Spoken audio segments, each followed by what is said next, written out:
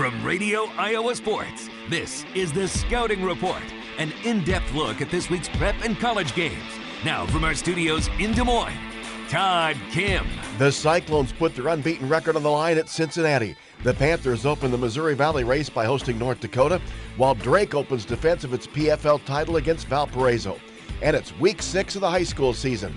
That and more on the Scouting Report. Okay, men.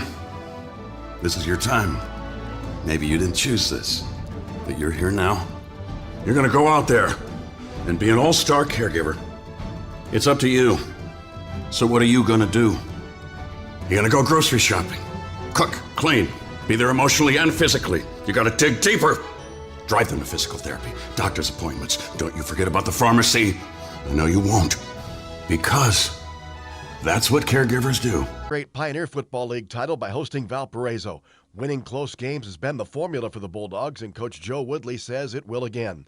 Drake has won 10 league games by 10 points or less over the past 2 years. This league is a grind. I think it's a bunch of teams that are very similar to one another, and the team that makes the least amount of mistakes is the one that's going to win the football game, and that's the challenge to our guys this week, because we've made plenty of them the past couple of weeks. We got to overcome that and learn from it. The Bulldogs finish non-conference action with a record of 1-2.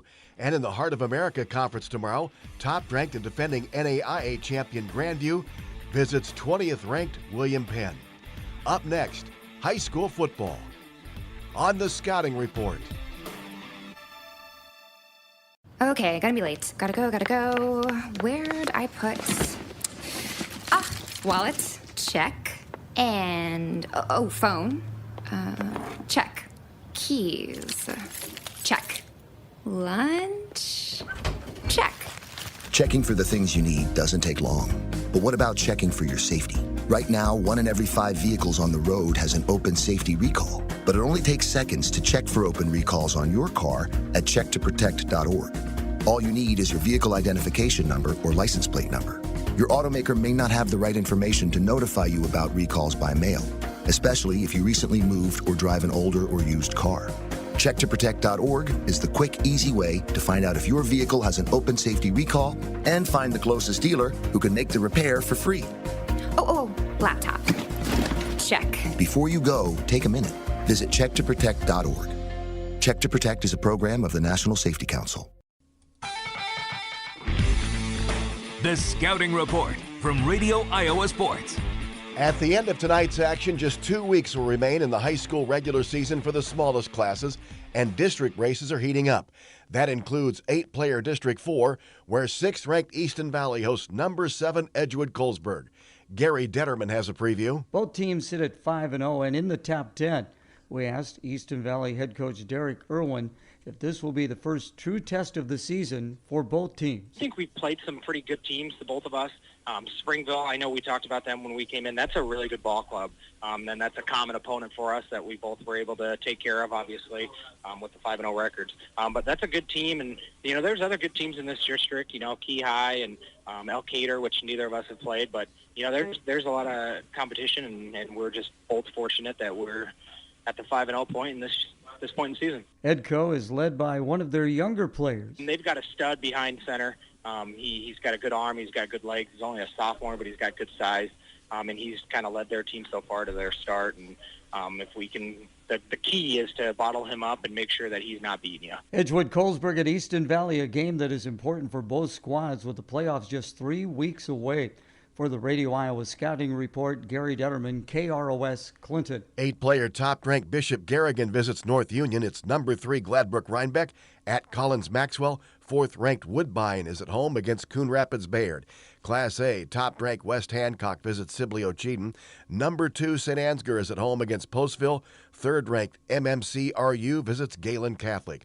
1A, top-ranked Grundy Center puts a 44-game win streak on the line by hosting number 4 South Hardin.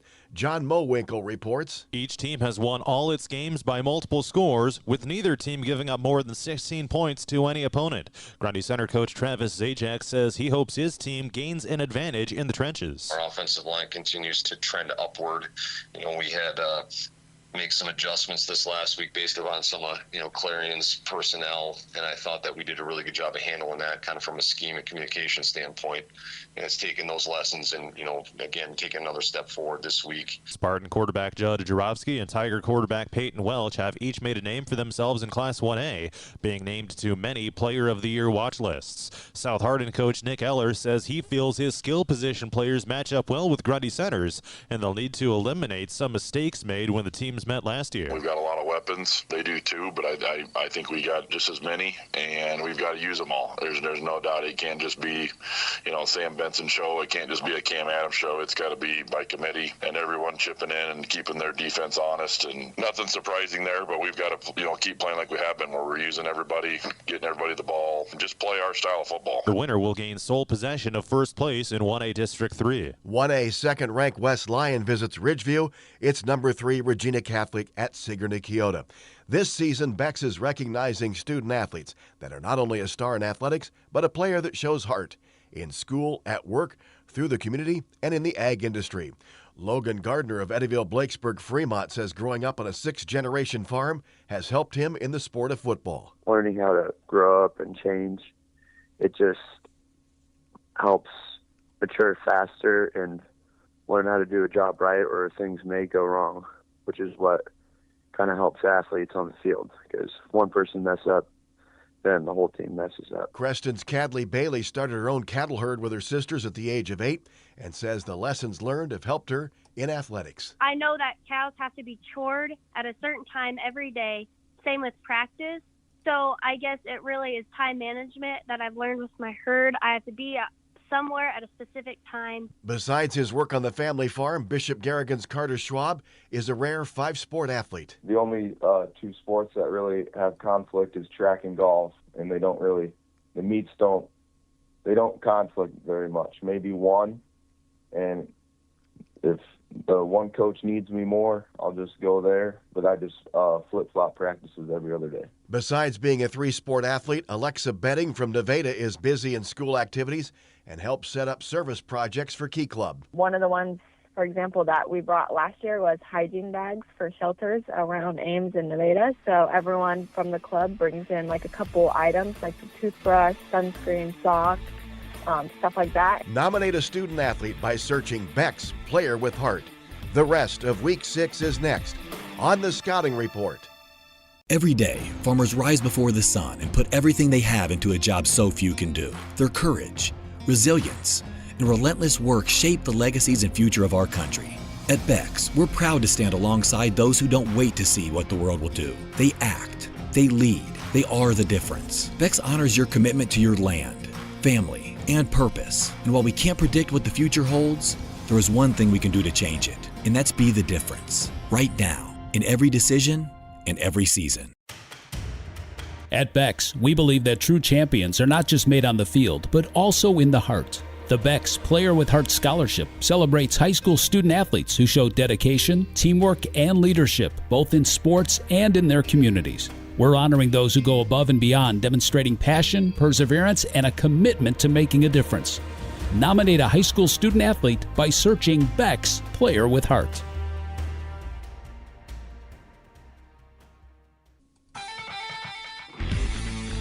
The Scouting Report from Radio Iowa Sports. 5 of the teams in a loaded Class 3A District 1 have appeared in the Radio Iowa poll at some point this season, and 2 of them collide tonight as 7th-ranked MOC Floyd Valley visits number 3 Bishop Heelan.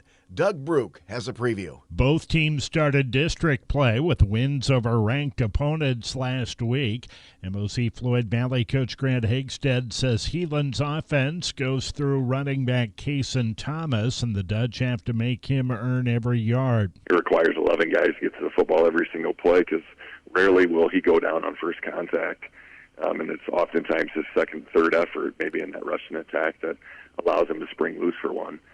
So we believe, if we can keep him in tight confines and if we can team tackle together, it's certainly one that helps slow down the rate at which he can attack. MOC Floyd Valley's Dylan Mosdem leads the district in rushing. Heelan coach John LaFleur talked about the challenge of containing the Dutch ground game. Obviously have the state leader in Mosman kid rushing in our class. He's gonna be a handful. He'll be our toughest opponent yet around the football. Both teams come in at 4-1 overall and 1-0 in district play. For the Radio Iowa Scouting Report, I'm Doug Brute. Also in Class 3A tonight, it's top-ranked Clear Lake hosting Benton, while number 2 Solon is at home against Keokuk. In 4A, second-ranked Pella is at home to host number 7 Newton. This game will pit a Newton offense that averages 270 yards of rushing per game against a Pella defense that has only given up 28 points in a 5-0 start. Newton coach Andy Swedenjelm says Pella will counter with an offense that wants to play ball control. They've done a nice job of controlling the clock, making sure that they, chunk plays together consistently and just keep solidly moving the ball. And so, our goal is to try to disrupt that timing this week. 4A, top-ranked Cedar Rapids Xavier hosts Waverly Shell Rockets, number 3 Sergeant Bluff Luton at home against Storm Lake. In Class 5A, second-ranked West Des Moines Valley is at home against an Ankeny Centennial team looking to play its way back into the Radio Iowa top 10. Dar Danielson will call the game for the Central Iowa Sports Network. Valley's only loss is by 3 points to top-ranked Waukee Northwest, and Centennial has losses to crosstown rival Ankeny and defending champion Southeast Polk. Valley coach Gary Swenson says September's behind us and winning in November for playoff positioning is now important. If you look at the 2 teams that beat them, they're teams that could easily end up in the Unidome for that semifinal round and maybe even in the championship game. So I don't know how much stock you have to put into a record to date. Swenson says they need to stop the Jaguars' ground game that uses a lot of motion and misdirection. Centennial co-coach Ryan Pizzetti says getting their running game going will be key for them, as well as stopping Valley's run game and not giving the Tigers easy opportunities with turnovers. Radio Iowa Sports, I'm Dar Danielson. There's one rated matchup in 5A. It finds 4th-ranked Ankeny hosting number 5 Johnston. Top-ranked Waukee Northwest hosts Ottumwa. It's number 3 Dowling Catholic at Cedar Rapids Kennedy. A key matchup in Class 2A District 5 finds unbeaten Bellevue visiting number 9 Alburnett. Bellevue co-coach Matt Yeager feels the Comets are ready for the challenge. We knew they were going to be a strong team. We knew kind of their reputation, and we're looking forward to it, and it's, you're going on the road and all that kind of fun stuff. So it's definitely a week where we're going to find out what we're made of for sure. 2A, top-ranked Kemper Catholic hosts Spirit Lake. It's number 2 Osage at home against Waukon, while 3rd-ranked PCM is at home against Albia. That's all for the Scouting Report. For Radio Iowa Sports, I'm Todd Kim.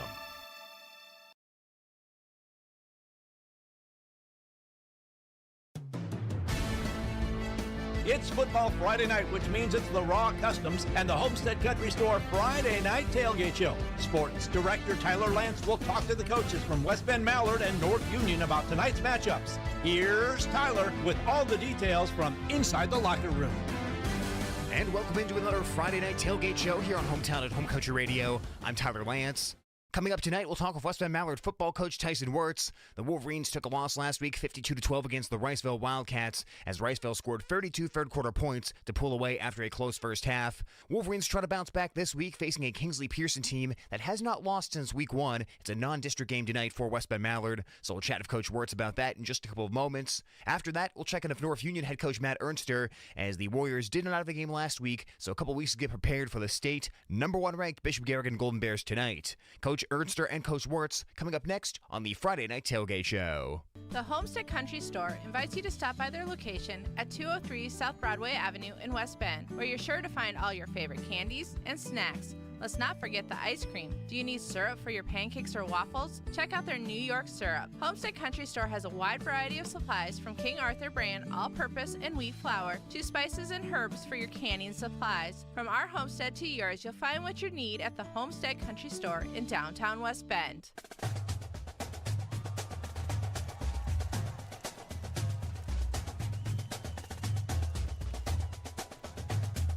And it's time for the Friday Night Tailgate Show right now on Hometown at Home Country Radio, as we talk West Bend Mallard Wolverine football with head coach Tyson Wirtz. Coach, as always, thank you so much for your time today. Thank you too, Tyler. Happy to be on. Another week begins for the Wolverines here. You head into this 5th game of the season of a 2-2 record, and now guys looking to flush last week's loss against Riceville. How would you evaluate the mindset of the team? Obviously, things got away from them last Friday night, but they've got to be able to restart mentally here and go into a new week of prep. Yeah, it's kind of a rebuild type of week. We've got, like we kind of talked about last week, we had quite a few injuries in that game last week, which is really what kind of turned the tide as we went into the second half. And so the real focus this week has been, if that happens again, like if we get in that type of situation, we have to be able to weather the storm. We need to have a little bit better next man up mentality. And that's obviously challenging. I mean, there's a reason guys are starters. They're sitting in good spots, but we have to kind of combat that. And it's not even necessarily the physical ability, it's the mental focus and the mental kind of belief. And we can still do this with our backups, with the guys that they've worked the reps. And so that's been the big focus this week is getting the twos a lot of reps and cleaning that stuff up. And to build off that, Coach, obviously it's a younger team like we talked about throughout the season, and that means a lot of the backups maybe haven't played a whole lot on varsity. So a starter goes down last week, and some guys get thrust into a situation where you can try to prepare for it in practice as best as you can, but there's nothing quite like getting thrown into a varsity situation like that. Now that guys like that have experienced that, do you feel that helps them prepare a little bit more for this week and be more ready for a situation like that in the future? I definitely think so. They kind of got thrown into the frying pan, and they got to experience that heat a little bit, and then we saw our mistakes on film, and now that this week in practice, we've been able to clean up a lot of that stuff. And so that's been, getting them into that mindset. All right, you've been there, you've seen it. They're high school, football players, just like you're high school football players. So don't try and make it bigger than it needs to be. And, Coach, this week you move into a new game, taking on Kingsley Pearson in a non-district contest. Let's start with what you've seen so far from the Kingsley Pearson offenses. They've been able to put up some pretty big points the past 3 weeks. An experienced starting quarterback, a couple tall wide receivers for them. So, overall, what are the Wolverines facing defensively tonight? Yeah, it's a lot of that, like you said. I mean, they've got a good quarterback that airs the ball out. They definitely want to stretch the field.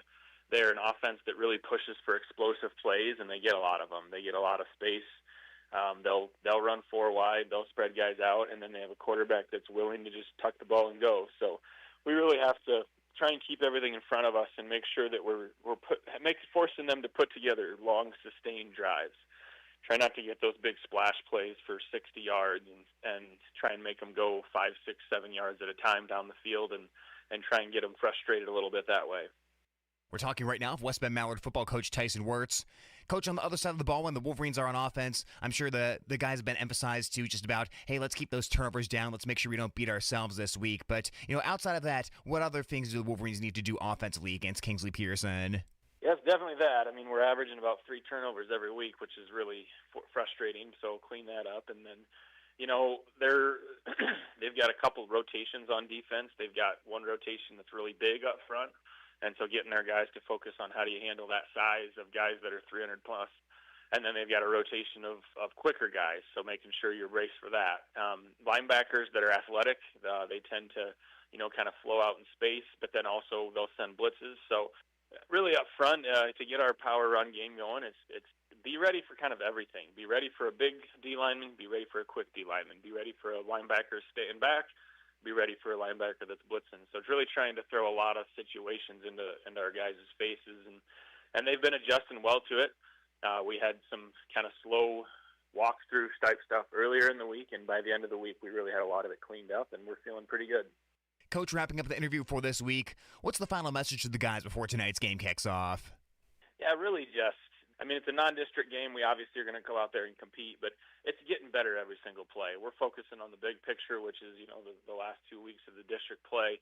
And so getting them out there and being like, all right, this is your great opportunity to get better every single play. Work on your technique, work on your routine.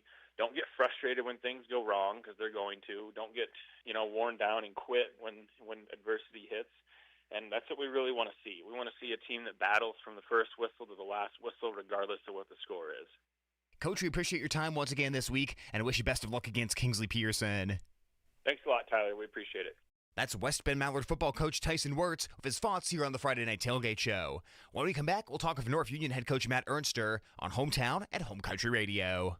Raw Customs in West Bend is committed to becoming your go-to shop for any of your vehicle's customization needs. That means offering accessories and services whether you're touring the city or tearing up the trail.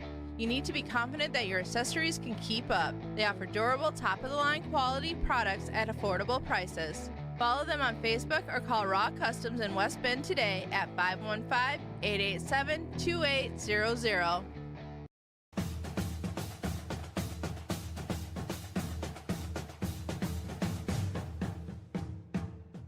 It's time for your Friday night tailgate show here on Hometown and Home Country Radio, as we're joined as always by North Union Warrior football coach Matt Ernster. Coach, as always, thank you so much for giving us a few minutes today. Yeah, absolutely. Thanks for having me on. And Coach, it's obviously been a couple of weeks since we last saw the North Union Warriors out on the gridiron with no game last week. Did you feel the guys were able to put the past couple of weeks to good use, getting ready to return to district play tonight? Yeah, I think so. I think we're hungry to get going back at it. You know, it was a new experience for us with the bye week, and kind of spent the week trying to get healthy, get ourselves right a little bit. Kind of just trying to improve some stuff, playing around with some things. But I think the guys are ready. We've been off long enough now. It's time to get back and going. And, Coach, like you just referenced right there, rest is obviously a good way to get some guys healthy, but you also want to make sure there's not rust going into this game. Is there anything specific that you guys did different in practice or did different leading into this one to make sure guys were ready to get off to a fast start tonight? Not too crazy. We kind of tend to be a little bit of creatures of habit. I would say, maybe we spent a little bit of time because of not being able to play, of maybe getting a little bit more physical. Nothing crazy, but just kind of working on some different things. You can work some different drills that maybe you haven't done since early season. So just a lot of fundamental work, a lot of individual type stuff, and then just staying sharp with the offense and defense, and maybe adding or changing a few things here and there. And, Coach, this week, North Union will be welcoming number 1 ranked Bishop Garrigan, and I think it's safe to say one interesting aspect of this game is the fact that I'd say you guys present the most size up front that Bishop Garrigan's seen this season. I think it's also safe to say they present the most size up front that you guys have seen this season. With that being said, how big of a challenge do you feel the Battle of the Trenches will be tonight, and what are you asking of your lines on both sides? It's a big challenge. Like you said, I think big's the key word there. Garrigan's got great size. But not even just size. I think they do a great job of really their get-offs on both sides of the ball.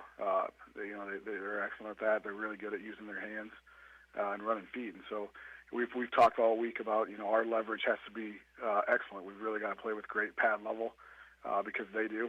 We've really got to work our hands and our feet. And so it's a fundamental battle, I think, between both sides. And kind of whatever side does it a little bit better is going to have more success. But we know that we've got to really, really perform at a high level to challenge on both sides of the line. We're talking right now with North Union head coach Matt Ernster. Coach, the Bishop Garrigan offense is one that loves to pound the football on the ground, but they opened it up a bit last week and threw it a bit more. What are some of the challenges that your defense is facing this week and some keys on that side of the ball? Yeah, I just think the fact that they can do both. And I think their play-action game is really tough because of the fact that they do run it so well that you have to be very respectful of that and try to shut that down. But they've got guys at the tight end positions and wide receiver positions, along with a quarterback that's very, very accurate and makes great reads. And they pass protect really well when they need to. So it just makes it really challenging. You have to play really sound football. You got to be solid in your keys, and when opportunities present, you've really got to make the play in that moment. And, Coach, offensively, your guys have been putting up points all throughout the season, and will need to do the same in this one. What stands out to you from looking at the Garrigan defense, and what are some points of emphasis for you guys offensively in this game? Just kind of a lot of the same things like we talked about with the lines up front. I just think, the running lanes are really hard to get open against Garrigan just because of their size and how kind of fundamentally sound they are.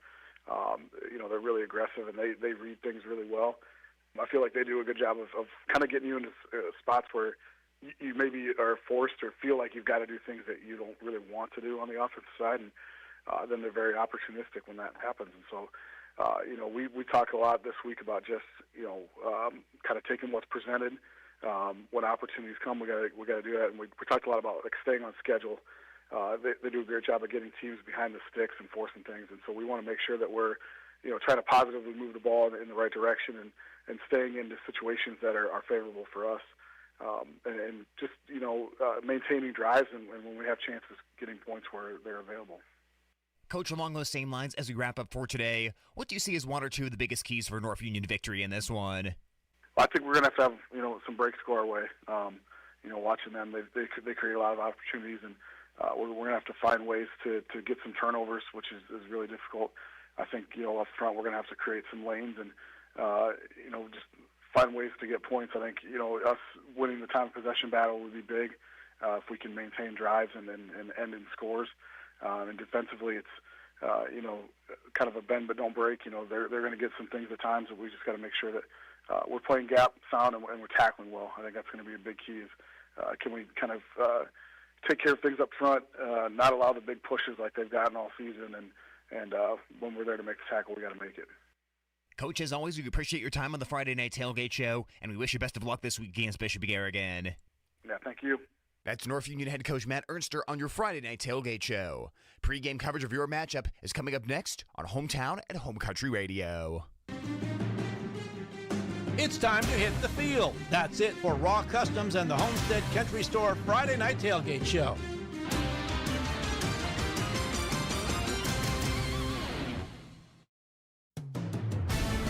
Get ready for football with the Garrigan Golden Bear pregame show.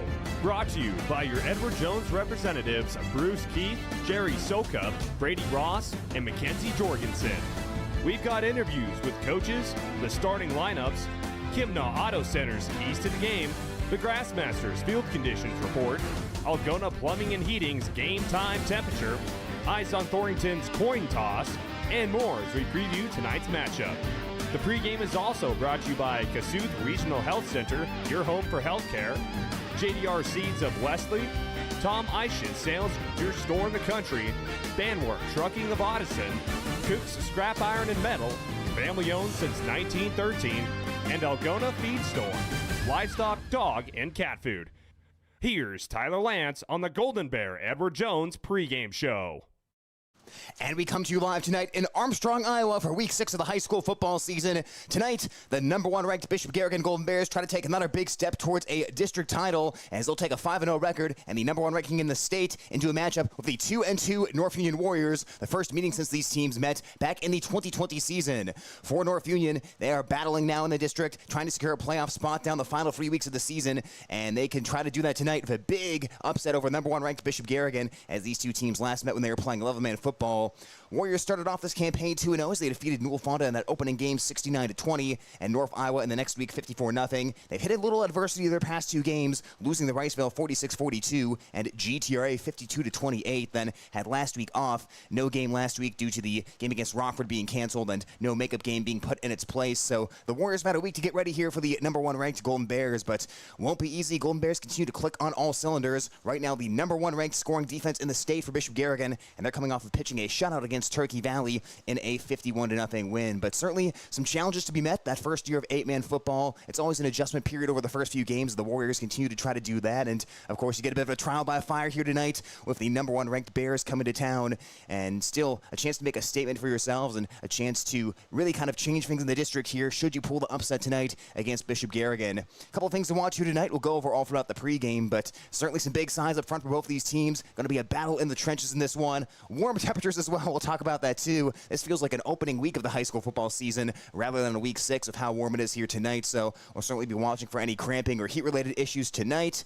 And then just overall, again, how did the Warriors perform coming off a bye week last week? Some teams, they get healthy over a bye week, they get rested up, they get back to it. Or sometimes you come off a little bit rusty, you didn't have a game last Friday night, you're getting your game legs back underneath you. So safe to say the Warriors here will try to avoid a slow start tonight as they come off a no-game week last week.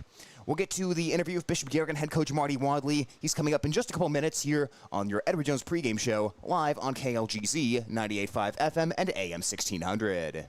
You shouldn't need an advanced degree to figure out how to pay for one. Hi, I'm Brady Ross, your Algona Edward Jones financial advisor, and I want to help you understand all the options you have when paying for an education. Whether you're the first in your family to attend college or planning for a grandchild to build on a legacy that goes back generations, let's work together to take care of your unique financial needs. Call me at 515-295-7763 to get started today. Together with Bruce Keith, Jerry Sokup, and Mackenzie Jorgensen, we are your local Edward Jones financial advisors. Edward Jones, member SIPC. Cook Scrap Iron and Metal in Algona. Think Cooks for all your new steel and welding supplies. Do you have any leftover material you don't need anymore? Cooks will take your scrap iron and scrap metal too. A family-owned business since 1913. Cooks Scrap Iron and Metal in Algona. Call them today at 515-295-2512 or stop in at 900 East McGregor Street, Algona. Is your student athlete on the injured list? we can help. This is Wendy Wagner, Physical Therapy Assistant at Kasuth Regional Health Center.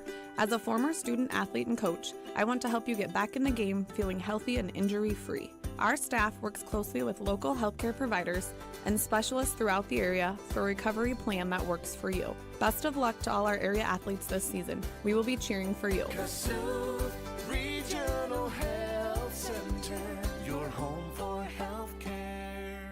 Do you see yourself traveling, working part-time, or moving somewhere warmer when you retire? Hi, I'm Bruce Keith, your Edward Jones financial advisor, and I want to help make your retirement goals a reality. Let's talk about where you are, where you want to be, and how we get you there. Together, we can plan for the expected and make sure you're ready for the unexpected. Contact me, Bruce Keith, at 515-295-5173. Together with Jerry Sokup, Mackenzie Jorgensen, and Brady Ross, we are your local Edward Jones financial advisors. Edward Jones, members SIPC. At Wiffles Hybrids, they're completely focused on developing and producing the very best seed corn on the planet. It's an act they've been polishing for more than 70 years, right here in the heart of the Corn Belt. Wiffles Hybrid, one thing done right. For more information, contact Rich Rosenmeyer, Dale Lappy, or Mitchell Carroll at JDR Seed of Wesley, 515-341-2452, or visit wiffles.com. What you feed your animals makes a difference. Hi, this is Philip Dietrich from the Algona Feed Store. We are driven to provide you with products and answers that will improve the health and well-being of your animals. We proudly offer products from Hubbard Feeds, so whether you produce meat, milk, and eggs, or just want to give your family pet the proper nutrition it deserves, you can count on the very best with the Algona Feed Store. Visit our location at 525 South Phillips Street and see the difference proper nutrition can make.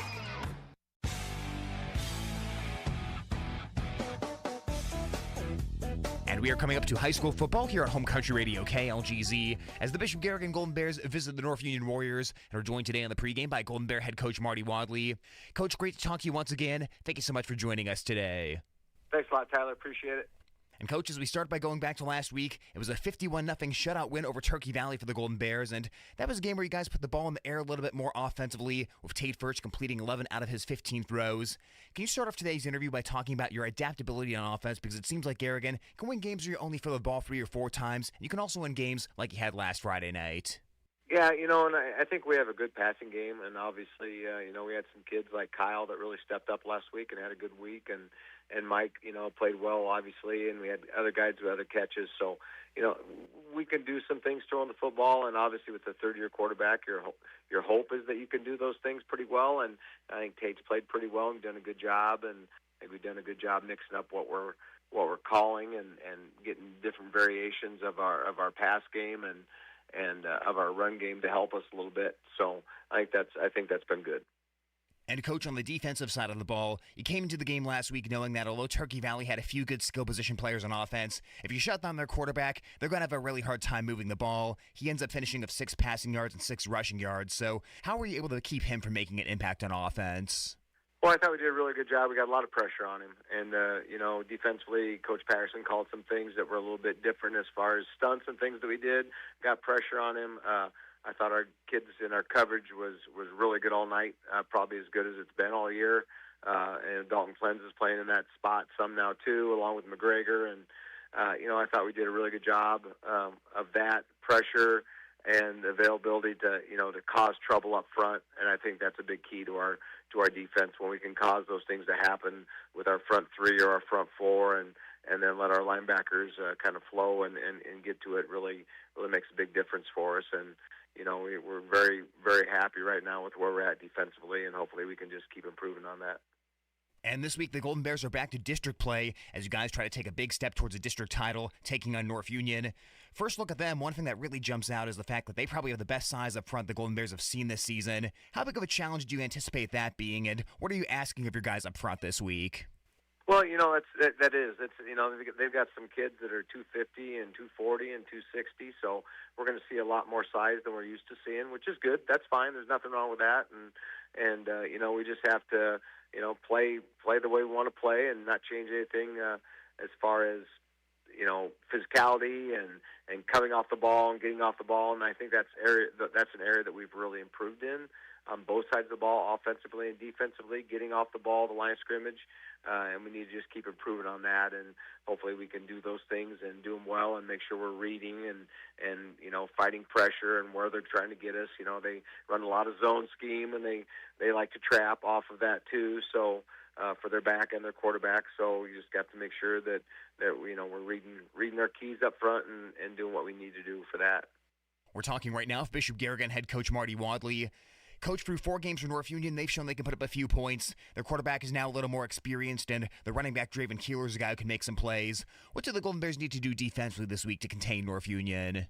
We have to play good defense and not get out of our gaps, not get out of our spots, and we have to make sure backside is where it needs to be. When they go to cut it back, they like to cut it back a lot off of the zone, so we make sure we're not overflowing to the zone, and on the backside we're staying away from the flow and stepping away and being ready for the cutback, whatever it is, so we can fill that gap when the time comes for that, and continue to get pressure on it. They have a good running back. I think Keeler has 534 yards or something like that, and their quarterback rushing has got 181, so he's averaging 6 yards a carry. So those are definitely things we need to contend with off of their zone read and off of their trap game. And, Coach, on the other side of the football, GTRA was able to put up some points against North Union in their most recent game, but I do think it's fair to say they've probably been doing that to a few other teams as well. But when you look at that Warrior defense a little bit, what stands out to you about what they might throw at you on a Friday night?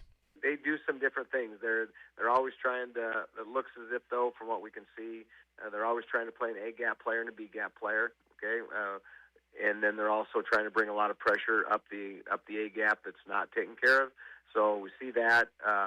They'll do some twist schemes and some things inside where they try and free up a guy and shoot a B gap and have the other guy loop to the outside. So we have to make sure that we're pretty solid on what we're doing gap wise and taking care of that, because they can cause some havoc, and they like to bring pressure with a linebacker off of that. So those are things definitely we need to contend with this week in practice and get better at it and make sure that we're taking care of the gaps where we need to and not blocking the wrong people. Coach, along those same lines as we wrap up, what are one of two of the biggest things that you feel are the keys this week for the Golden Bears to pick up another win? It's going to be what we do up front, our offensive and defensive lines and the ability to run the football. Are we going to be able to do that? And are we going to be able to stop their run and slow it down? And hopefully we can at least manage that and do a good job of that. They throw the ball well and they throw it deep. The Cold Grove kid throws the ball pretty well, and I think he's become more comfortable than he was a year ago at doing what he does. So that's going to be something we have to contend with and make sure we keep contained and not let him outside. Coach, we appreciate your time today on the pregame show and wish you best of luck against North Union this week. Thanks a lot, Tyler. Appreciate it. That's Bishop Garrigan head coach Marty Wadley with his pregame thoughts as Bishop Garrigan gets set to take on North Union. We will step aside for a quick timeout. When we come back, more of your Edward Jones pregame show on Home Country Radio KLGZ and at the Algona Radio YouTube stream. What does it mean to be rich? Maybe it's less about reaching a magic number and more about discovering the magic in life. Hi, I'm Edward Jones financial advisor Jerry Sokup. Count on me for financial strategies that can help support a life you love, because the key to being rich is knowing what counts. Contact me at 515-295-7766 and let's find your rich. Along with Bruce Keith, Brady Ross, and Mackenzie Jorgensen, we are your local Edward Jones financial advisors. Member SIPC. Kasuth Regional Health Center is your home for recovery care. I'm occupational therapist Ben Krause, ready to help you with recovery care. We work with a wide range of patients, helping them get back to the tasks of daily living and doing the things they want to do. Come home to recover with Kasuth Regional Health Center. Find us online at krhc.com or call 295-2451. Kasuth Regional Health Center, your home for health care. Cook's Scrap Iron and Metal in Algona. Think Cook's for all your new steel and welding supplies. Do you have any leftover material you don't need anymore? Cook's will take your scrap iron and scrap metal too. A family-owned business since 1913. Cook's Scrap Iron and Metal in Algona. Call them today at 515-295-2512 or stop in at 900 East McGregor Street, Algona.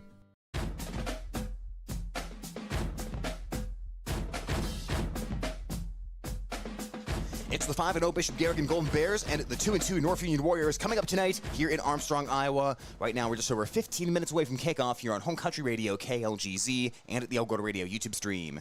Of course, as always, our pregame show being brought to you by your Edward Jones representatives, Bruce Keefe, Jerry Sokup, Brady Ross, and Mackenzie Jorgensen. And right now, we're going to take a look at the starting lineups for tonight's game. First, for the North Union offense, looking at the lineup front, they'll have the 6'3", 270-pound senior Lane Brune at left guard, the 5'11", 185-pound junior Max Merrill at center, and the 6'3", 225-pound senior Cole Mickelson at right guard.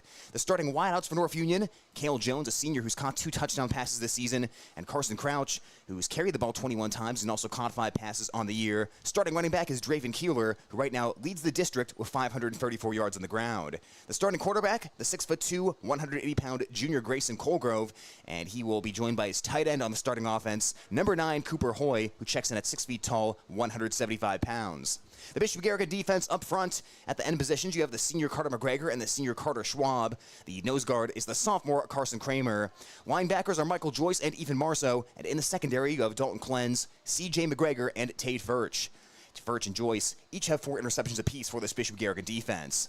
Meanwhile, as you flip things around to the Bishop Garrigan offense and North Union defense, first offensively for the Golden Bears, it's Carter Schwab at left guard, the 6'2", 245-pound senior, Caden Graves, the 6', 215-pound senior at center, and Nate Lear at right guard, the 6'3", 265-pound junior.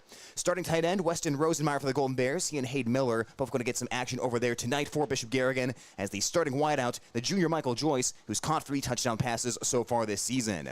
Starting quarterback is Tate Furch. He's been slinging it so far for 11 touchdown passes and no picks, completing over 71% of his passes. Starting tailback is Ethan Marceau with the fullback Carter McGregor.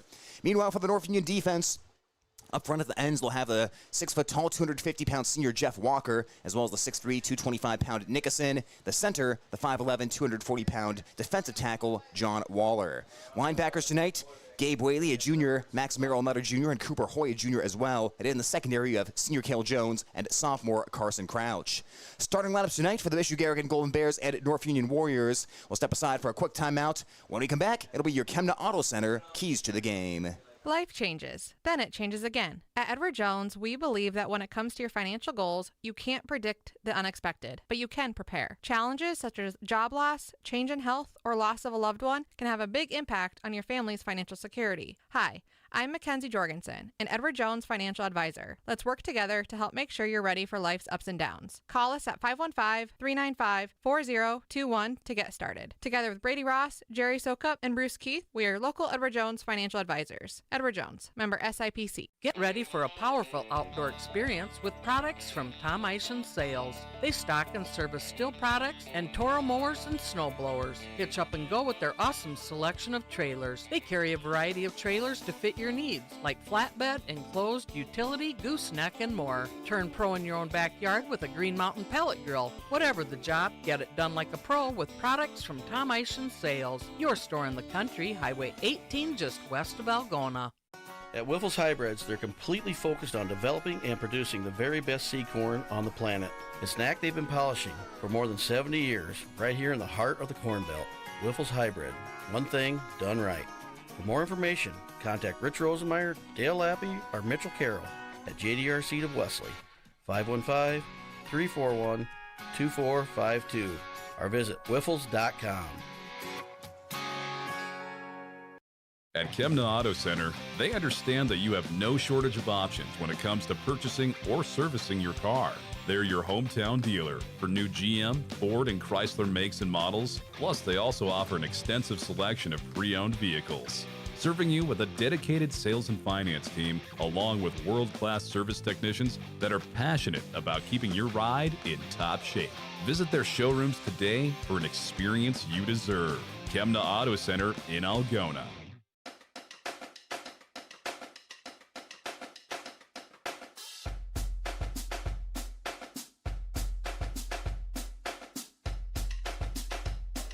Back here from North Union High School, where the North Union Warriors get ready to take on the Bishop Garrigan Golden Bears in district action here in the 8-player class. I'm Tyler Lance, joined by our number one Chemna key to the game, Beanie Bodie. Chemna Auto Center, an experience you deserve. Beanie, tonight the Golden Bears look to go for a 6-0 record. What are your keys for them to be able to do that? Oh, key to the game is not to let up one bit. It's week 6. You got to keep reminding these high school guys that it's such a short season. Boy, there you can see the end coming right around the corner. This is a big time to stay focused. If the Bears can stay focused, they've got a lot going on. Things are hectic these days, school, everything. Stay focused on the task at hand. Keep your eyes on the prize here, because this North Union team has some big boys and they'll present a challenge. So focus, focus, focus. That's the key to the game. And I'll add a key to the game for that. I think we've got a bit of a hoss fight on our hands with one aspect of the game, and it's when North Union's on offense, Bishop Garrigan's on defense, and North Union wants to run the football. Now, Warriors, they've got a good running back. Their senior Draven Keeler, who runs at 7 yards per carry. They've got a big line up front, the biggest offensive line Garrigan's faced so far this season, but Garrigan's proven to be very proficient when it comes to stopping the run game. So I think this is going to be a pretty big war in the trenches when North Union's trying to run the football. There's going to be a lot of maybe short incremental gains as North Union tries to stay ahead of the sticks, but that sort of back and forth in the trenches, and then how the running back Draven Keeler deals with the physical Golden Bear defense. I think that's a big hoss fight for tonight and a big key to the game. Yeah, I can't wait to see this hoss fight down front. I would say one final key to the game, Tyler, is Garrigan, of course, when they went to 8-man, struggled for a couple years before then turning it all around, really accelerating, winning the state title. A little bit of transition time. So at this point, Game 6, has North Union fully transitioned to 8-man football from 11-man? And because this could be the time where it starts to click for them. I'll be curious to see how that transition from 11-man to 8-man is going as well. And isn't that a great question? You think back when Bishop Garrigan first started playing 8-man football, a lot of people forget Bishop Garrigan didn't just come in and start dominating right away. It was a process. Year 1, they finished 3-6. Year 2, they were 3-5. And then eventually, year 3 is when they win the state championship. But even you go back to that first year, Bishop Garrigan, they started off so well. They were 3-0. Everyone thought 8-man football is easy. And then you lose 6 in a row to end the season. So it's a situation where, yes, it is hard to transition from a very different game, one to another. It's an 80-yard field instead of a 100-yard field, different formations offensively and defensively, and really just a whole different type of game. But it is interesting to look at for North Union as well, because they came out, they won their first 2 games. You thought, boy, are they going to dominate in the district? And then past 2 weeks, they've kind of hit a rocky spot. But you'll hear coaches talk about a little bye-week reset. And because North Union didn't play Rockford, obviously Rockford cancels their football season, they get essentially a bye week last week before they play Garrigan. So we'll see if North Union got a little reset there in the bye week to kind of shake off this 2-game losing streak, or if they come out rusty out of this bye week. Yeah, that bye week might have been just what they needed to put in something new after they realized how this beginning of the season was in their 8-man world. Now, perhaps they come out with a new wrinkle tonight, something completely different. That's what that bye week can do. So those are our Chemna Auto Center keys to the game, brought to you by Chemna's, an experience you deserve. We'll step aside for another timeout on your Edward Jones pregame show. When we come back, we'll look to your Grassmasters field condition report on KLGZ. What you feed your animals makes a difference. Hi, this is Philip Dietrich from the Algona Feed Store.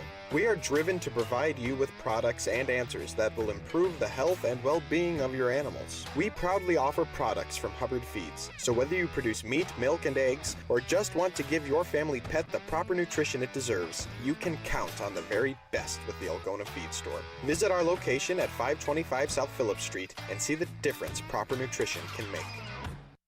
Get ready for a powerful outdoor experience with products from Tom Eisen Sales. They stock and service still products and Toro mowers and snow blowers. Hitch up and go with their awesome selection of trailers. They carry a variety of trailers to fit your needs, like flatbed, enclosed, utility, gooseneck, and more. Turn pro in your own backyard with a Green Mountain pellet grill. Whatever the job, get it done like a pro with products from Tom Eisen Sales. Your store in the country, Highway 18, just west of Algona. At Grassmasters, we believe the secret to a successful season is hard work and dedication, the same qualities that make up a winning team. Preparation, perseverance, and teamwork have enabled us to rise above the competition and bring you a championship team. So as this year kicks off, we at Grassmasters would like to wish all of the local athletes the very best and a successful season on and off the field. Grassmasters, growing satisfied customers.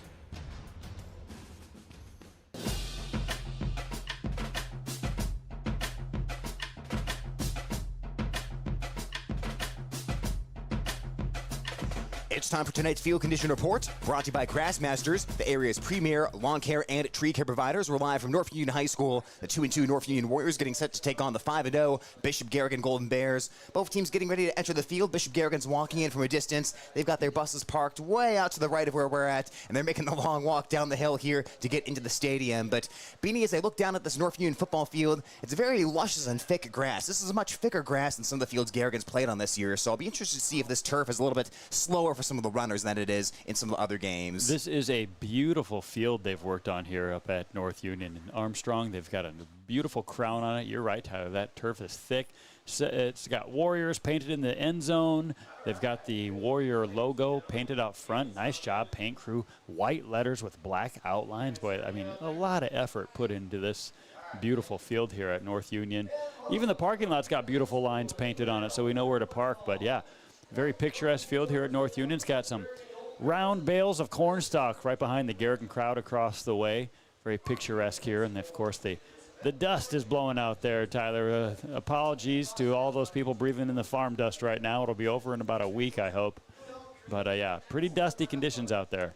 I was going to make that exact comment. This entire field is pretty much surrounded on the backside by farmland, so any players who planned on wearing a visor, that probably has been canceled. I'm not so sure they put those dark visors on high school football helmets. They may be an NFL-only kind of thing. You are darn right. Cool kids used to put visors on their helmets, but, yeah, that seems to have faded out.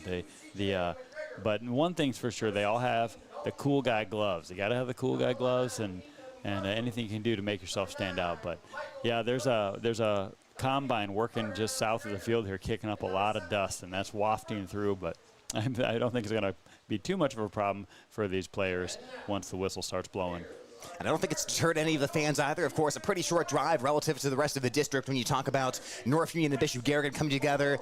You know, top of Iowa West isn't necessarily relevant as far as football because they group you into districts, but it's always fun when you see a fellow top of Iowa West team on the football gridiron. You're used to seeing these guys on the basketball field, the baseball diamond. You're seeing a lot of the same guys that you see in all the other seasons, and now a chance for these teams to meet for the first time since 2020. Oh, totally. I mean, these guys all know each other. Maybe if they're not hanging out on the weekends, they know who each other are for very sure. Like, the North Union School is very active in youth tournaments and basketball.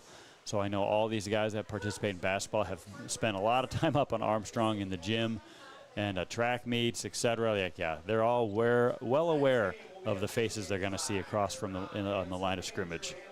The North Union football team has run for the tunnel of the band and the cheerleaders as they're gathered right now at that Spartan, that Warrior logo at midcourt, and they're coming out to the near sideline right now.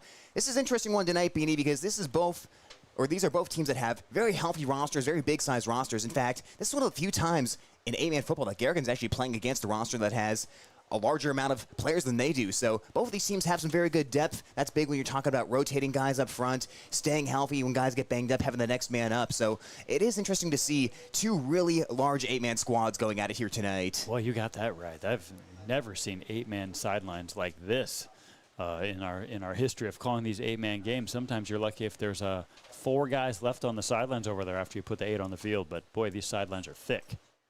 Yeah, and the unfortunate thing this year in high school football, there's been a lot of talk about schools not having programs and schools dropping their season, but I think what's been encouraging is that a lot of the opponents Garrigan's played, maybe not quite as large of a roster as they've had, but we've seen some teams of 30-plus players when you talk about St. Ed's or Turkey Valley last week or Riceville earlier, than a healthy roster size here for North Union. So it's unfortunate when you do see schools like Rockford in the district drop their football program, but it's encouraging when you see a lot of other schools in the district that still have pretty big rosters. For sure, and what these big numbers do, you have someone to practice against. If you don't have enough numbers out, you can't really have a good practice. Well, we'll take a quick timeout. Get to tonight's kickoff coming up next on KLGZ Home Country Radio. With fall starting, so is seasonal allergies. This is Dr. John C. Kortenberg at Eyes on Thorrington.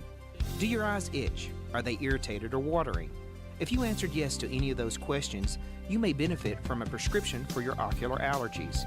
Why not feel better today? Call to schedule an appointment at Eyes on Thorrington at 395-EYES. That's 395-3937. Living in Iowa sure means we rely on our furnaces and air conditioners to keep us comfortable all year round.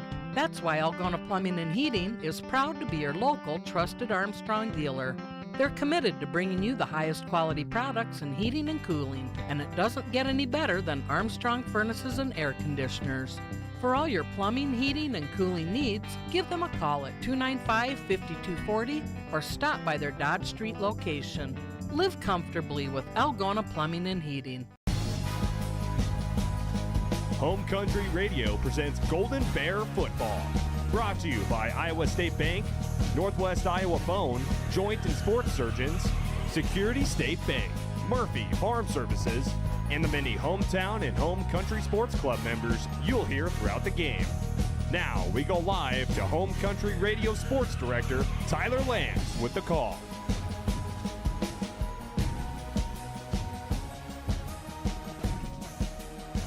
And we welcome you back to North Union High School, where tonight's opening coin toss is coming up. 4 players from each side walking out to that Warrior logo at midfield for tonight's opening coin toss, brought to you by Eyes on Forrington. While they do that, we'll talk about tonight's temperature, because it is a balmy one and it is a humid one. 80 degrees tonight here, and thank goodness the sun has started to go down. It's a little darker on the field because that sun was blaring down during the pregame warm-ups. Again, 80 degrees tonight's game time temperature, brought to you by Algona Plumbing and Heating. Again, they're conducting the coin toss right now. Bishop Garrigan's got those white uniforms.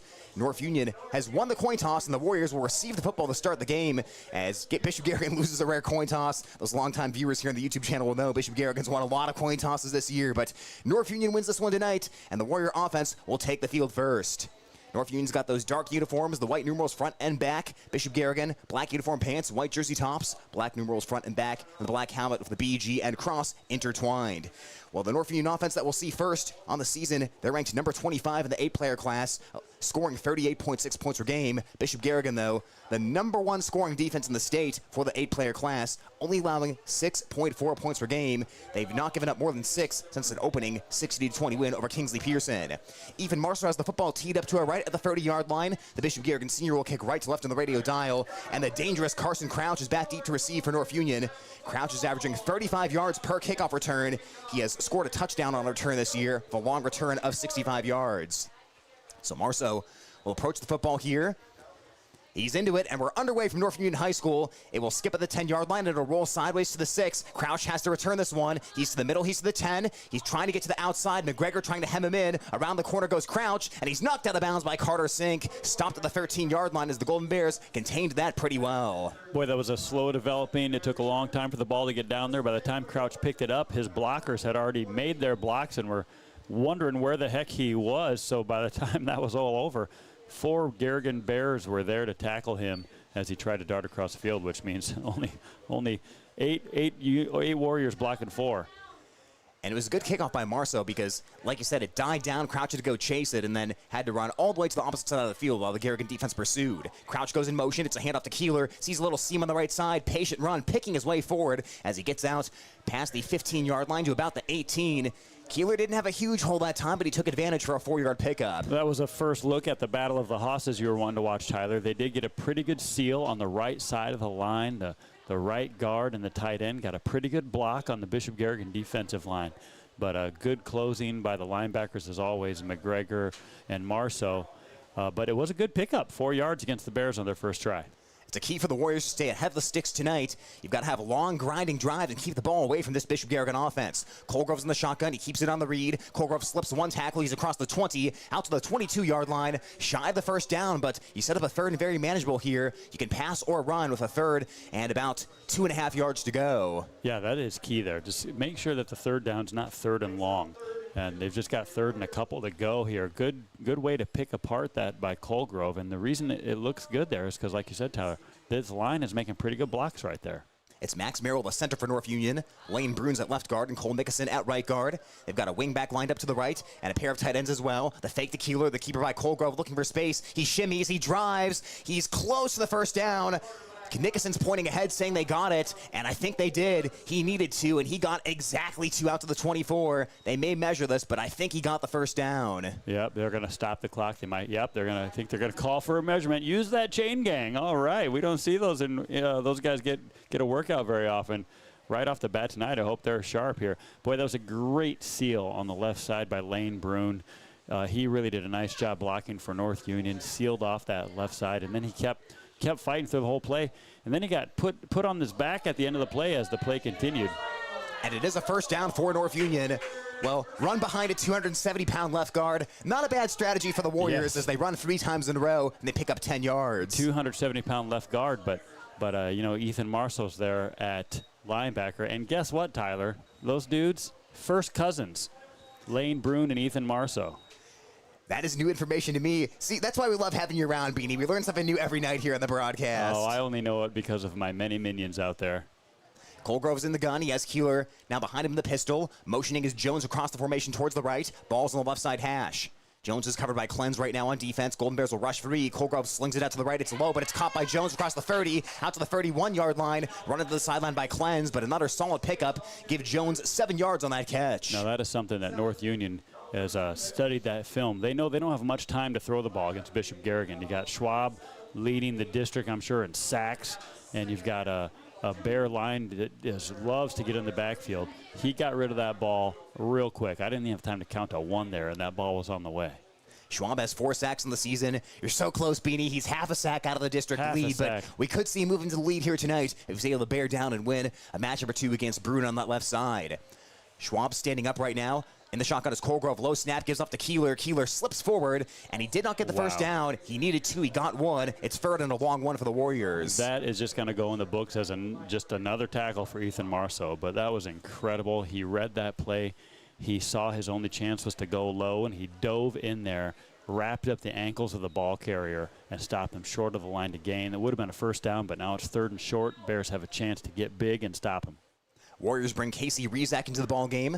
Crouch is heading over to the left side for the Warriors of Rezak on the right side.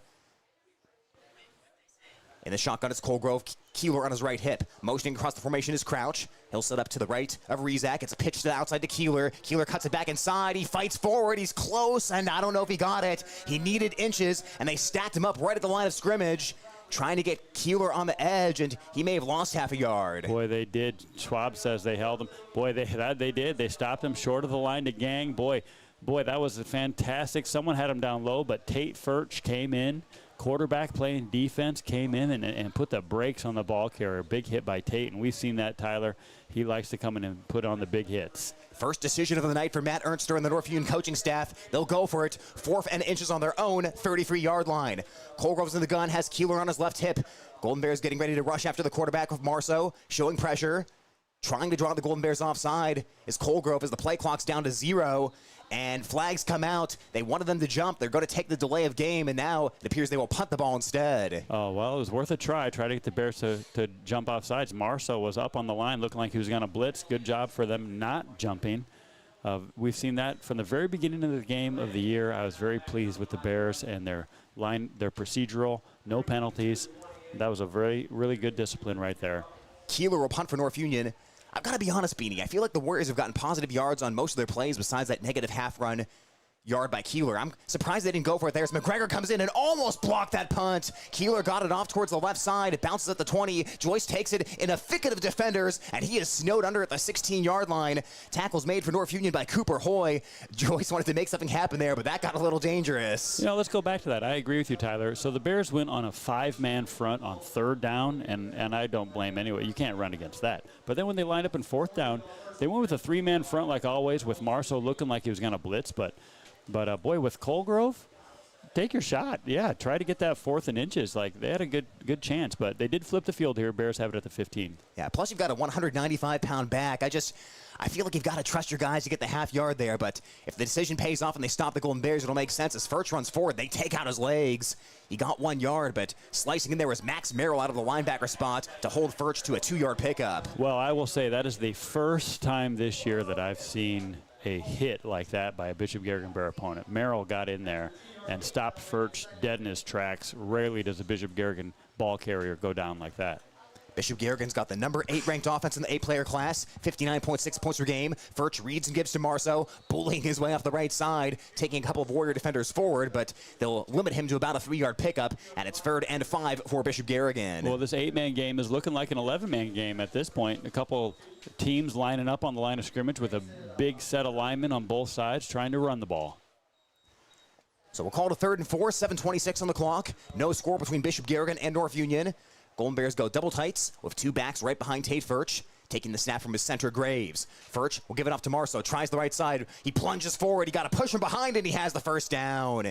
He got across the sticks. Got a little boost from that tackler taking him across the line, and the Golden Bears moved the chains for the first time today. Boy, that was an impressive display of force by the Bishop Garrigan offensive line. I don't know if the coaches over there hollered something that they better see something improve here, but that right side of the line, Hayden Miller was out there tight end.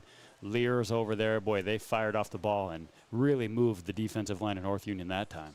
Fresh set of downs. Bishop Garrigan's on their own 26-yard line as Furch comes out in the shotgun. They'll split 2 out to the left as Furch reads and gives to Marceau. Marceau through the middle, tumbles forward and has a modest pick of about 3 yards out to the 29. Well, North Union has learned the lesson. You got to take out their feet. Marceau can't run if you get his ankles, and someone is submarining in there. I don't know who it was that time. I think it was number 51. John Waller got in there, and he got Marceau's ankles, and you can't run without those. Well, the early sign here is that both of these teams are going to have more extended drives tonight.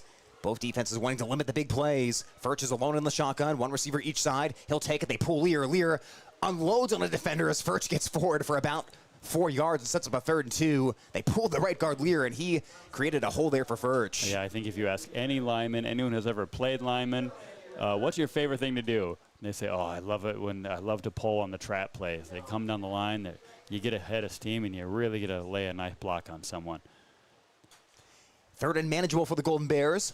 They're at the 33-yard line right now. They need the 36. Joyce is split out to the right. Ball's in the center of the field as Bishop Garrigan approaches that midfield logo. Furch underneath center. And Golden Bears jumped there, but did North Union get off sides? No, that was a false start by Bishop Garrigan. That was on the right side. I believe Lear got started a little early there. Well, that definitely changes. They had 3rd and short, 3rd and a few. And now it's going to be 3rd and almost the chains. 3rd and 8, 3rd and 9, whatever you want to call it. But probably going to change the play call here. Marshall's going out, so is Carter McGregor. So that I formation play is being changed. They're going to let Furch open it up, see if he can find someone in the air, it appears. Furch last week eclipsed the 3,000-yard career passing mark. He's now thrown 48 career touchdowns and only 3 picks as he fakes to cleanse, rolls to the right, has a little pressure chasing him. He fires down the field. He's got Rosenmeyer who grabs it at the 30 to the 25, ridden out of bounds inside the 25-yard line by Cale Jones, and a great pickup on 3rd down as the Golden Bears get to the edge of the red zone. Wow, great route by Rosenmeyer, of course, but Furch, unbelievable. He was rolling hard to his right, just a dart. He's an impressive quarterback, and now the Bears are in hurry up. He had Cooper Hoy chasing after him as he made that throw. Dalton cleanses to the left. Bishop Garrigan did lose Kyle Borman for the season last week, so we'll be seeing Cleanse a lot.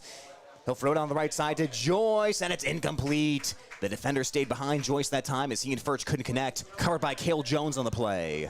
Yeah, Kyle Borman, we saw him get injured during the play, but he popped up and walked off under his own power, and we thought he would be okay, but ACL injury for Kyle Borman. Cleanse, the junior, taking his place. Borman was a senior.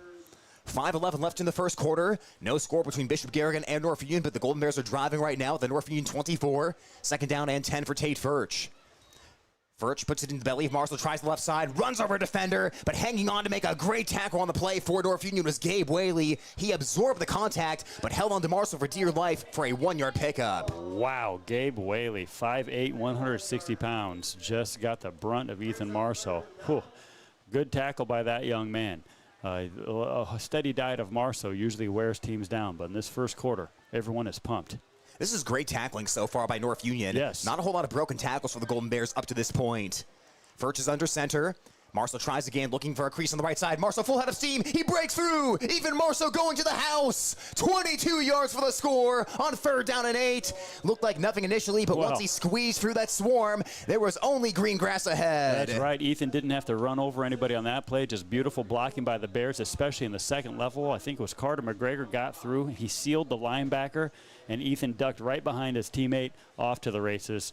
Excellent offensive series, all made possible by that beautiful throw from Tate Furch to Rosenmeyer. What a play that was. It'll be the extra point attempt for Gage Meyer. Meyer line drives the kick through the uprights and good. Bishop Garrigan takes a 7-0 lead as we break with 4:34 on the clock in quarter number 1 from North Union High School and on Home Country Radio, KLGZ. Where you bank matters. Hi, I'm Sherry Bankin at Security State Bank, and we're relationship bankers. We get to know our customers and understand their financial needs. We're locally owned and operated, which means family, community, and service always comes first. So come to Security State Bank. We'll treat you like family. Security State Bank in Algona, Burt, and Laverne. Member FDIC, Equal Housing Lender. Security State Bank. More Sports Club members. Kimco Tires, they're all you need to know about tires and service. PMC Advantage Insurance Services, insuring our neighbors for over 80 years. Walker Chiropractic and Wellness, caring for Algona, Soy City, and the surrounding areas with chiropractic, nutritional, and physical therapy service. Reeves Wicked Good Bar and Grill for wicked good food, drinks, and service. You gotta go to Reeves. West Bend Ford, meeting your service, new and used vehicle needs. Algona Pizza Ranch, there's so much to love. Trend Salon, your complete family hair salon. It's all about you. Sports Club members bringing you this game. The kickoff by Ethan Marceau goes down the field and carries Carson Crouch into the end zone. Crouch is frustrated. He caught that ball with the one, but his momentum took him back into the end zone, which means automatic touchback. Ball will start at the 15-yard line for North Union. High school rule, once that ball or your body steps across that line, immediately dead. So 15-yard line. Tyler, what a drive by the Bears. I'm still impressed by that on-the-run throw by Furch to Rosemeyer. But now we look in retrospect, the Warriors did move the ball on their last drive. We'll see if they can move it again. You can't get impatient here for North Union. Low snap to Colgrove, throws right to Jones, catches at the 19, breaks a tackle, 25-30. Jones on the sideline. It's a foot race, 40, 35-30. Marceau chases down the play from behind. A big catch and run by Cale Jones. Gets all the way to the Bishop Garrigan 27-yard line. Yeah, what a move by the senior. Boy, not very often do people get the best of Tate Furch, but Furch went low. Jones kind of put a stiff arm with his left hand. He fought off the tackle attempt by Furch, and then, like you called, Tyler, Jones has got some speed out there on the edge. Yeah, it was impressive for Marceau to chase down that play, too. The 230-pound linebacker trying to run down Jones. As Colgrove's in the shotgun, sends Crouch in motion to the left. Keeler's on his hip.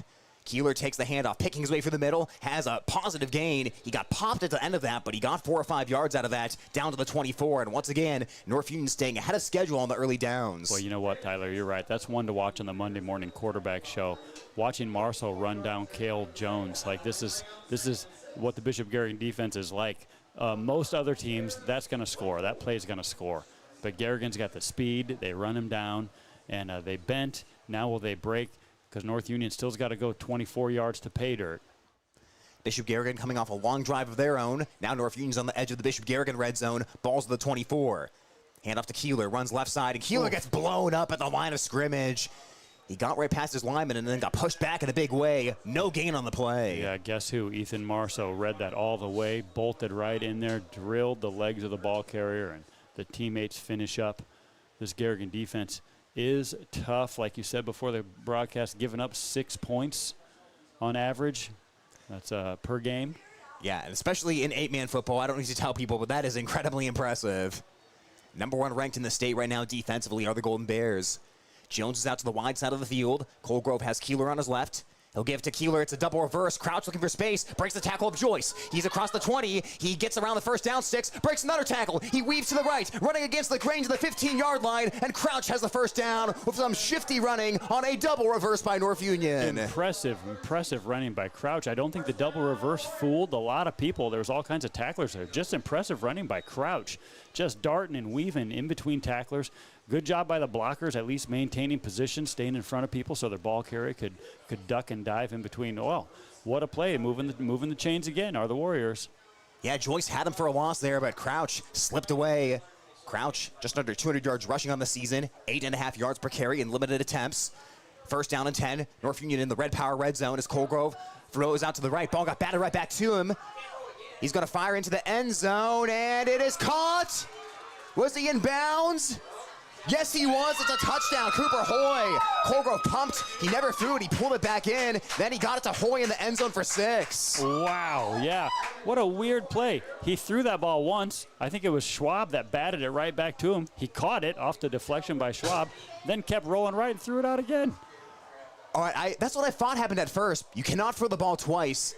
And I believe that's what the officials are discussing right now, because when I first saw that, I thought it got batted back to him. But when I saw the touchdown, I thought, maybe he just pulled it down and I missaw it. But you can only throw one forward pass. You can only throw one forward pass.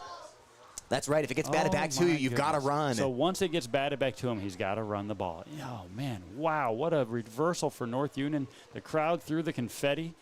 Oh, they were all excited, thought they had a touchdown against this vaunted defense of Bishop Garrigan, and no case because of a technicality. Boy, impressive play nonetheless. Well, after the illegal forward pass, it'll be first down and 15. North Union is still inside the Red Power red zone, brought to you by your local Red Power team in Bancroft, Corwolf, West Bend, and Humboldt, but they are now behind the sticks for the first time tonight. Colgrove comes out in the shotgun. He will motion crouch, and we've got movement up front. A flag came in from the far side official, and North Union false starts. Oh, when Colgrove sent the man in motion, one of his linemen thought that was the snap call and jiggled just a little bit. The Bears are quick to point it out. Bears are going to capitalize on this break as they are pushing the Warriors backwards now, first and a mile. And these are the kinds of things that you just hate to see if you're North Union when you're going up against a team of Bishop Garrigan's caliber. You get a touchdown wiped off the board on the penalty, and now other penalties are taking you backwards. Crouch motions, they'll fake to him. Keeler slips down. They got just enough of him where his knee touched the ground in the backfield as he tried to restart, and it's another loss of about 1. They'll credit McGregor for that tackle. He popped him just enough to make a knee touch the ground, but he was still moving forward. I think that's what the defensive coach Patterson and, well, of course, head coach Marty Wiley is going to be all over his team to. You can't just pop them. These North Union running backs, they're sliding off. Furch, Joyce have both dove at legs and had a Warrior bounce off.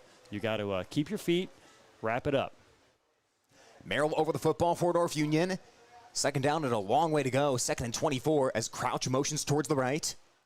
Out wide to the right is Cale Jones. Back to throw is Colgrove. Here comes Schwab of the edge. Colgrove's going to gun it. A shot towards the end zone, and it's incomplete. Ball goes out of bounds as he was looking for Carson Crouch, covered by Dalton Clems on the play. Worth a shot. You got to like the call. Second down's always a good time to go deep. Let me catch people thinking you're running, but now it's 3rd and 20-ish. And, boy, now probably obvious passing situation. But in 2-down territory, they could get a first down at the 4-yard line. Yeah, North Union needs some yards to think about a field goal, but they do have one of the few kickers in 8-player football. Christian Reyes has made 2 field goals this year, which is more than any other kicker in 8-man. He's also made 23 of 27 PATs, but they're still quite a few yards away from that as Colgrove reads, takes it to the middle and has some space, runs to his lineman and coughs up the football, and Joyce recovers for Bishop Garrigan. Colgrove ran into the back of his own offensive lineman, Lane Brune. The ball came out, and Bishop Garrigan gets their first turnover of the night. I like that call, though. Colgrove, great athlete. Bears thinking pass, so they were coming with the blitz. If he could just do a kind of a sprint draw, everyone looking at pass, and then he cut up through the middle of the line, got some space. I think he got so excited about what to do next, he dropped the ball just with a little bit of contact there. Bears take over. Well, the encouraging thing for North Union, who's down 7-0, there are some lanes to run here if you can make one man miss. Their offensive line's doing a good enough job tonight as Marshall takes it off the left side, shakes off a tackle, lowers the boom, and goes forward for 8 yards. He broke that first tackle, and then he went through Carson Crouch for an extra yard. 2nd down and 2 for the Golden Bears. Ethan Marshall was by himself in the backfield, and you could tell he was hungry for that ball. He started leaning a little bit, kind of telling a little bit that he's getting the ball. He can't wait to go downhill and run some bodies over, picking up 8 on his first down run. Golden Bears have 2nd and 2 with 52 seconds left in the quarter. Furch gives to Marceau, runs off the right side, trying to drive forward, breaks a tackle, emerges from the pile and spins past the first down sticks. He was in a swarm of defenders that time, but somehow number 11 emerged out and got the first down. Well, I love the design of that play. Marceau is right behind the quarterback, but Carter McGregor is off to the left in the backfield. And they leave the defensive end unblocked, and that guy's so excited. He's going to come in and tackle Ethan Marceau for a loss, but here comes Carter McGregor. Makes a beautiful block, frees up Marceau to pick up the first. First down and 10 from the 32-yard line. 25 seconds left in the quarter as Bishop Garrigan does need to snap the football.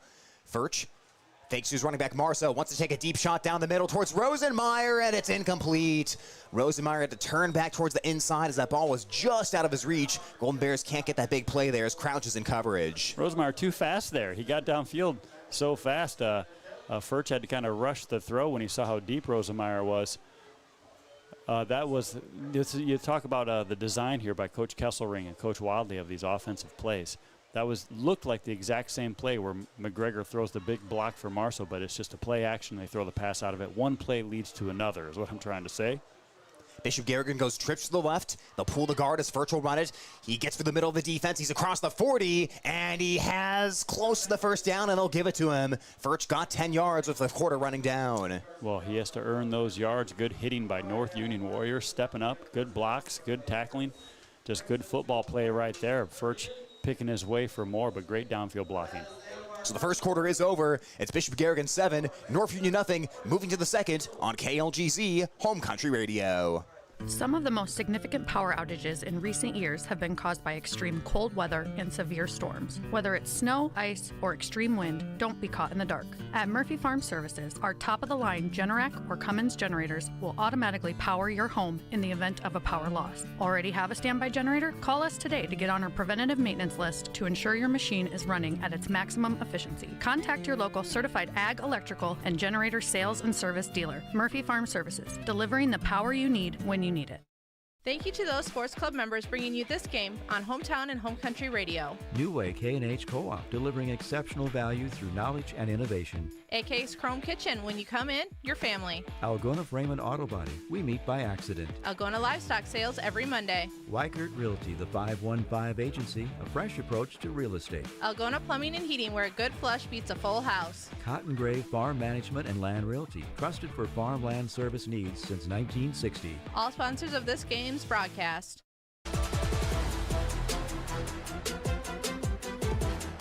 Start of the second quarter from North Union High School. Bishop Garrigan on top of North Union right now, 7-0 as the Golden Bears switch sides of the field, move left to right on the radio dial. It's 1st and 10 after Tate Furch gobbled up some yardage on his last carry. Gives up to Marceau, bounces off the left side. He's across the 35, surges forward to the 30, lowers the boom. Square upfield that whole time while his legs were going side to side and shifting and he's swiveling his hips. His shoulders were square to the end zone, picking up that yardage. Good running back training. Shotgun now for Tate Furch. Going in motion and taking the handoff is C.J. McGregor. He's running right to the 10. He's stumbling forward, getting pushed from behind down to about the 5-yard line. Bishop Garrigan gets the first down. First and goal here from the 5. Boy, it's good to see C.J. get the ball. You know, they got a little thunder lightning combo with Marceau and McGregor. And when McGregor gets that ball, little pep there. He had a lot of blockers out in front. McGregor's so good at reading his blockers. Any football coach will tell you it's all about blocking and tackling, and we are seeing that tonight between North Union and Bishop Garrigan, both teams doing a lot of nice blocking and tackling.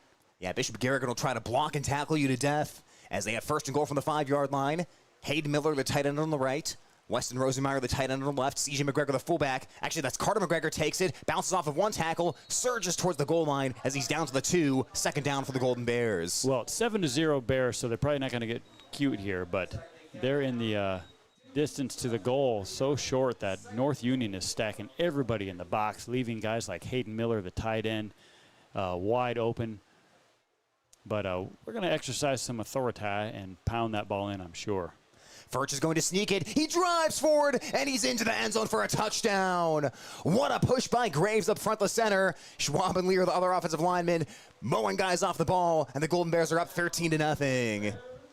Well, that quarterback sneak, Beanie, that is Bishop Garrigan's #1 weapon, as simple as that is, these short goal situations. It's so tempting as a quarterback. If you get up to that line and you know that your center and your guards are going to push those guys, it's hard not to just audible to a sneak every time if you know it's going to get 4. Graves is the long snapper, Furch is the holder, and Gage Meyer is the kicker for Bishop Garrigan.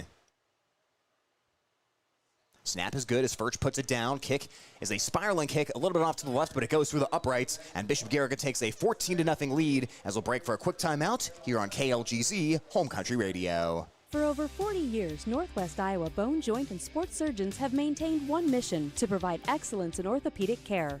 Their team of 9 physicians offers specialized care in everything from arthroscopic same-day surgery to joint replacement, as well as hand and foot surgery, and have an orthopedic surgeon on call 24/7. Healthcare isn't about appointments, it's about taking care of people, and that's their specialty. Visit Northwest Iowa Bone, Joint, and Sports surgeons on the web at nwiabone.com.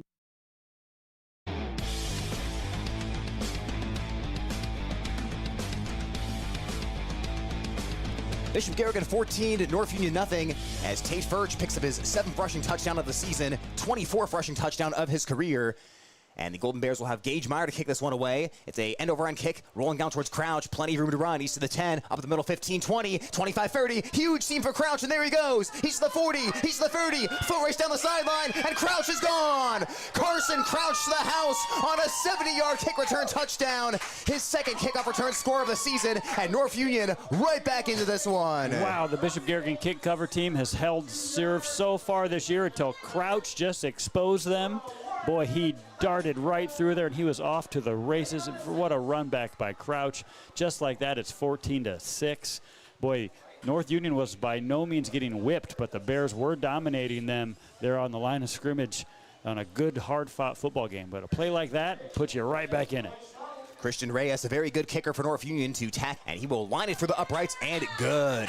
14-7 as North Union's on the board. Beanie, I mentioned earlier, these teams, they've got to be a little bit patient as the North Union cannon goes off in the background. Longer grinding drives tonight, maybe not a ton of explosive plays on offense, but you get an explosive play on special teams, and all of a sudden, that changes the entire way you feel about this game. Well, the Warriors needed that in the worst way, because after a couple grueling drives by Garrigan where they thought they were holding their own, but Garrigan still pounds it into the end zone, they were going to start to get that beleaguered look on their shoulders we see a lot of football players get, and to start to express themselves in their shoulder pads. But boy, that had to put a little shot of adrenaline back in their bodies to keep going with this game and make this a ball game. 14-7. Fun times here in Armstrong, Iowa. Second quarter. A good game on our hands, which we have not been able to say much this year in a Bishop Garrigan game. Well, quick score update. Algona taking on Humboldt tonight in the Battle of Highway 169. Those teams tied at 1 at the end of the first quarter. As Brian Wilson, our news director at KLGA, sending me that update. Tied at 7. At 7. Yeah, that's a game where loser of that one's going to be in bad shape as far as the district standings are concerned. Two teams in big need of a win. Here tonight, North Union trailing Bishop Garrigan 14-7 as Reyes kicks it away. Back to return and taking it is McGregor, just outside of the goal line. He's across the 10, outside to the 15, weaves towards the 20, trying to make a man miss, but Whaley was able to slow him down there, and eventually he gets out to the 21-yard line. Yeah, we talk about blocking and tackling already. That was good tackling there by the North Union special teams. Garrigan got caught off guard for just a second in their own, but as we said, boy, Crouch, electric running back, exposed them. He found a nice little seam there. That's such an exciting part in high school football, those special teams run backs. Bishop Garrigan goes trips to the left. From nearest to the line to furthest, it's McGregor, Cleanse, and Joyce as Furch is alone in the gun. Snap almost got away from him as he flips it out to Joyce. Joyce running with a little space, has the first down. He's across the 30, out to the 35. Tripped up by the legs as Cale Jones makes the stop. Michael Joyce almost got away there, but he'll get close to midfield. Wow, right back at you, Warriors, with some athleticism. Crouch for them, Joyce for Garrigan. They swung that ball out there. It was even with the line of scrimmage, and if they would have made the tackle there, it would have been a blown play. But with Michael Joyce, you blink your eyes, and he's 14 yards downfield. Ball's on the left side hash as Bishop Garrigan approaches midfield. 9:27 left in the quarter. 14-7 Golden Bears on your Greg Penning & Company scoreboard.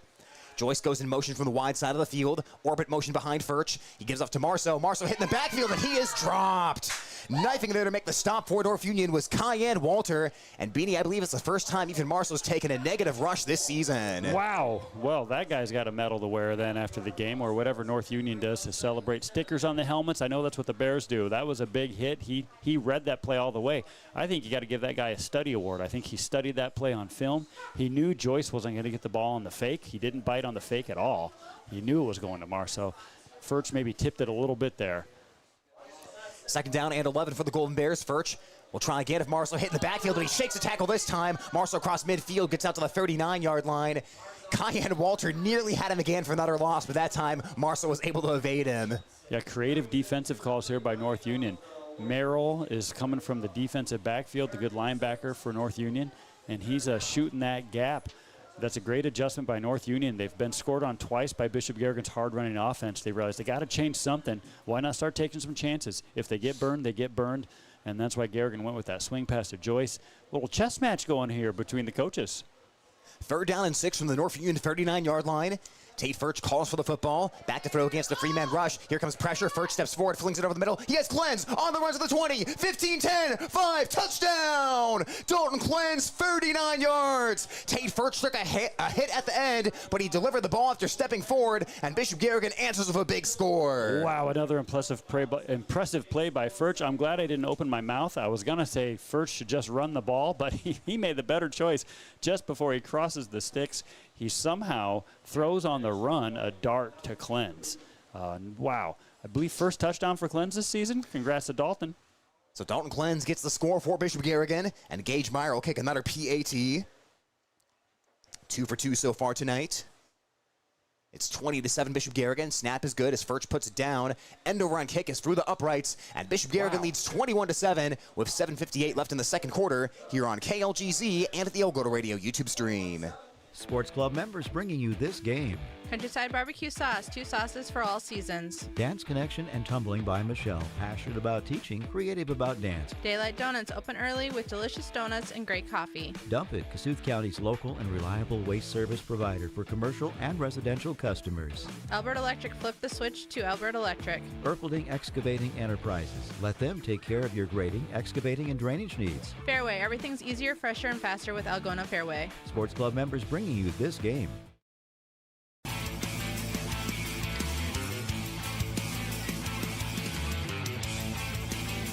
Tate Furch throwing his first touchdown pass of the night and 12 of the season. He connects with Dalton Clens for 39 yards, and Bishop Garrigan's on top of North Union right now, 21-7. But Carson Crouch is looming back there, ready to return the kickoff after running the last one back 70 yards for a touchdown. Tyler, how about Gage Meyer? 3 for 3 on PATs. You'd love to see good special teams as Marceau kicks an end-over-end kick. Crouch trying to chase it, but it's over his head and into the end zone.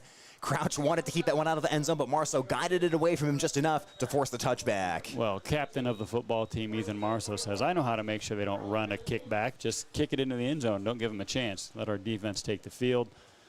Boy, some good kickers on display tonight. Marceau, Meyer, and Reyes. Yeah, some excellent special teams so far in this game. Coaches want predictability when you're talking about special teams, and the PATs is where that starts. Those could be key points here at some point down the line. As North Union starts with their own 15-yard line, Colgrove and Keeler in the backfield. Jones out to the left side. Low snap to Colgrove. He reads, he keeps it, and he is folded under behind the line of scrimmage. He will lose a yard on the play. Well, I don't know if that was a blown play or not, but it looked like one. It looked like Colgrove was a little shocked to find himself standing there with the ball. Just tried to make something happen. Did his best to only lose a yard on that play. Not the drive that North Union wanted to start with here. So North Union will have second down and 11. Their first couple drives, they did a good job of staying ahead of the sticks early in the drive, but then that touchdown taken away on a penalty got them behind the sticks, and now they're behind here to start off this drive. Golden Bears will have an extra defensive lineman here with Rosenmeyer, ready to come in off the blind side of the quarterback. Here's a quick pass out to the near side to Crouch. Crouch is clotheslined by Furch at the 20-yard line. A good tackle as he holds Crouch to about a 4-yard pickup. Boy, some good work on that offensive line by Cole Nicholson. Bruin, of course, is an excellent player for North Union. But, boy, the Bears went big. They brought in Matt Besh. Remember, the Bears have a lot of deep depth on their defensive line. They rotate guys in. Besh just showed he's fresh. He really made a big hit in there on the defensive line, blew that play up. On the line right now for Bishop Garrigan, McGregor, Besh, and Schwab. North Union will have it, 3rd and 5 from their own 20-yard line.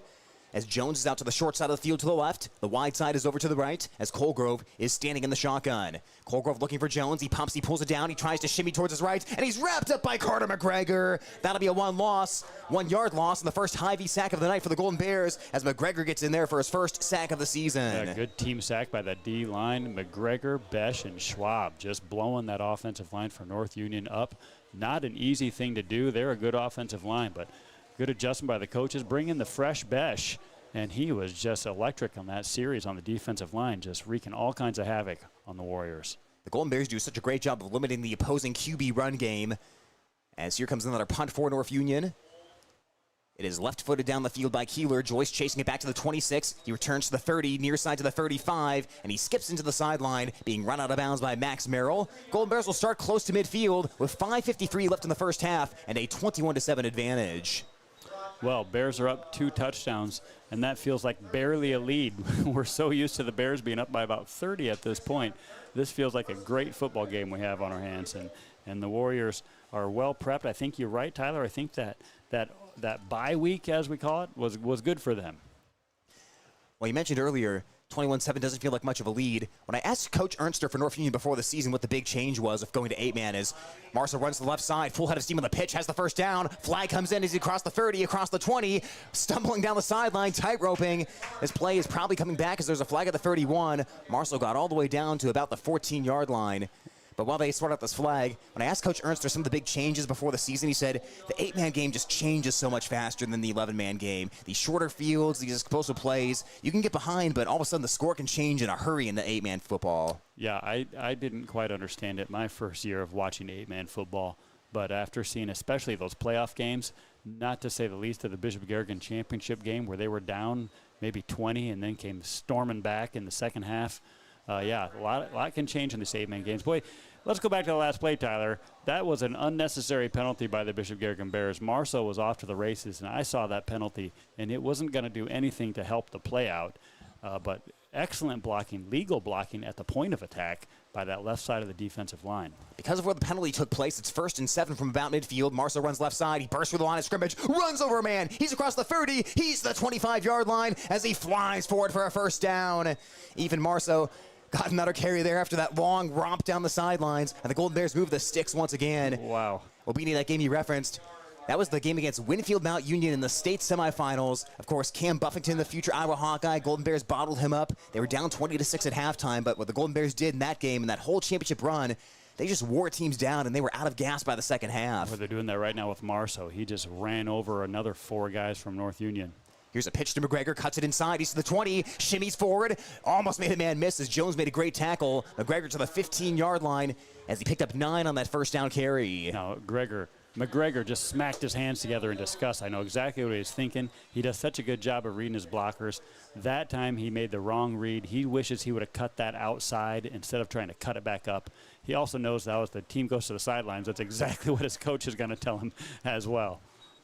Gabe Whaley comes out of the play with a little bit of a limp for North Union as they will walk him towards the sideline. We'll take a quick 30-second timeout while they do that. Back after this here on Home Country Radio, KLGZ. Bringing you this game. North Iowa Appliance Center, Highway 18 East, Algona, where they sell the best and service the rest. Oak Crest Funeral Service, celebrating a life lived. Bill's Auto and Truck Repair Service is the difference. Billy Offerman, your State Farm agent in Algona. Like a good neighbor, State Farm is there. Signworks Inc. For all your signage needs and printed apparel, stop in or call 295-9544. Schindler Lawn Care and Landscaping, 515-320-3840 or schindlerlawncare@gmail.com.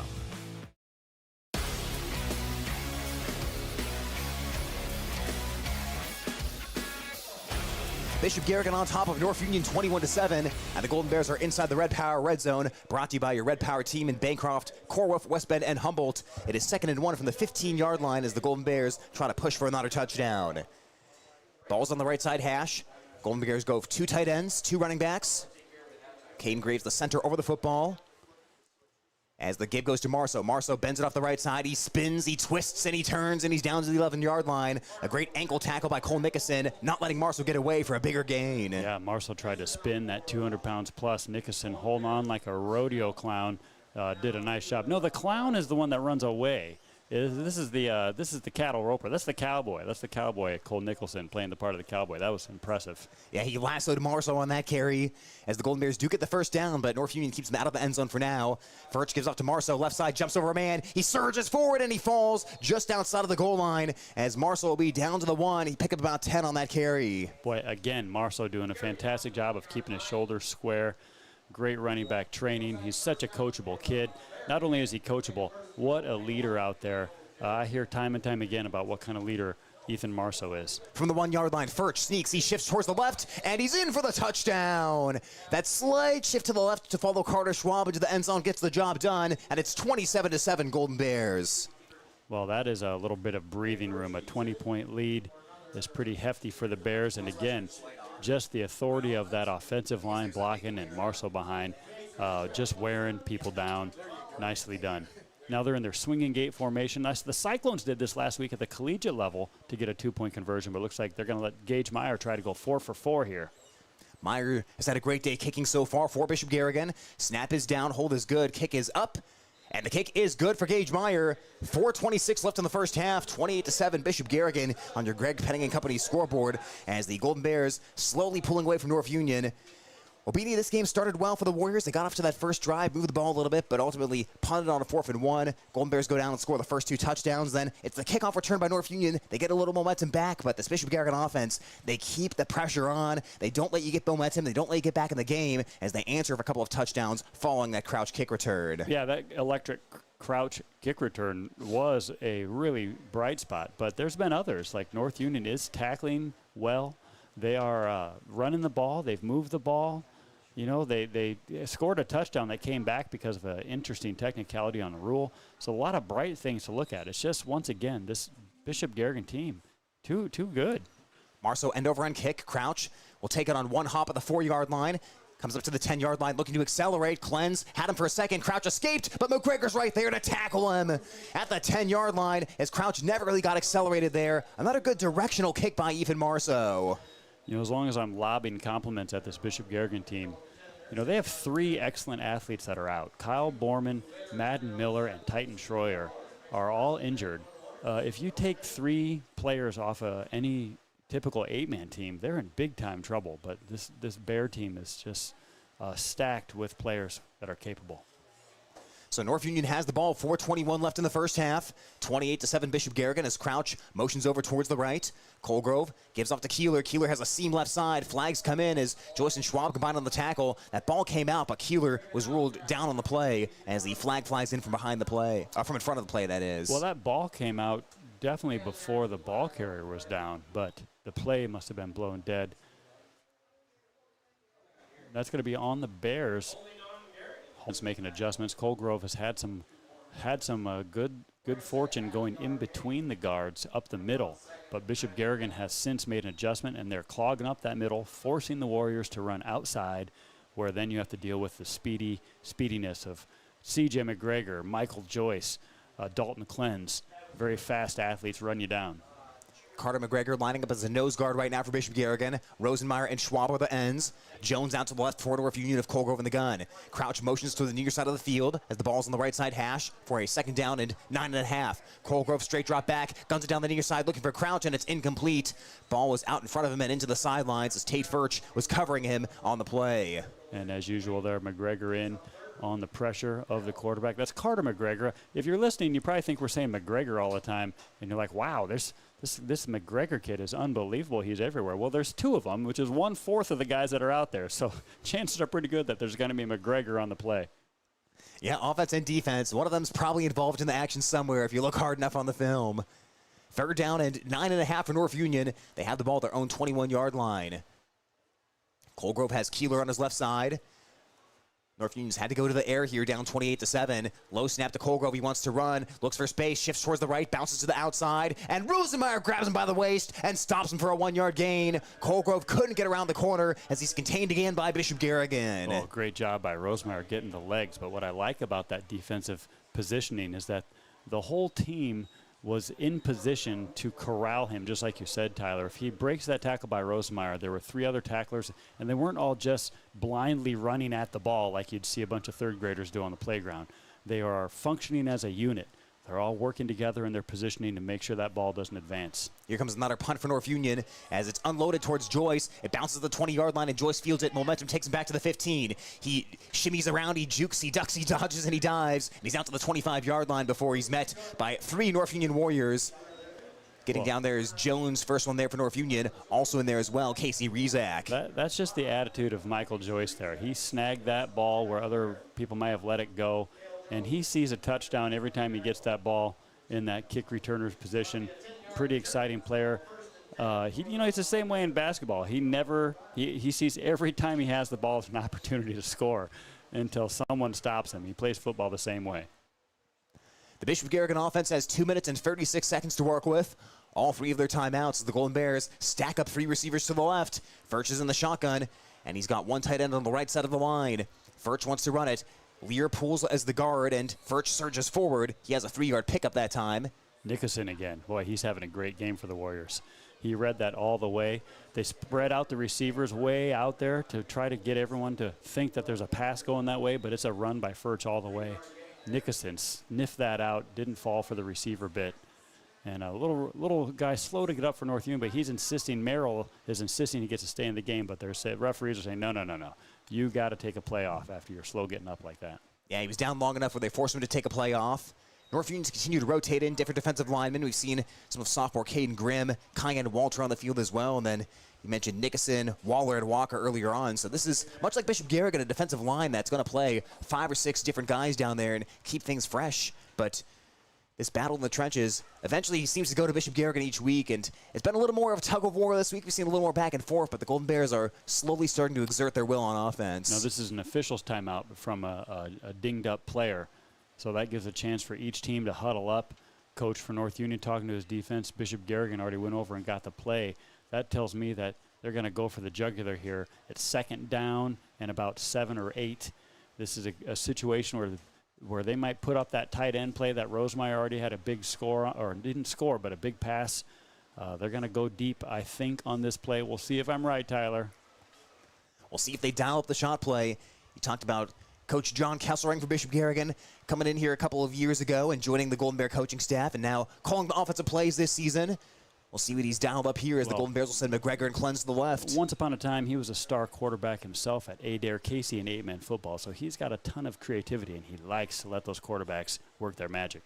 Furch is alone in the gun. He zips it to the right side to Joyce. He catches at the 35-yard line, works his way to the sideline, has the first down as he picked up about 10 yards on the play. Well, he got the first down. Wasn't the huge play I thought it was going to happen, but anytime you get Michael Joyce the ball in space, it could be that huge play. Oh, interesting on the spot there. The first official had it spotted at the 40, and then the other official decided, no, I think the 38 is better. Either way, first down.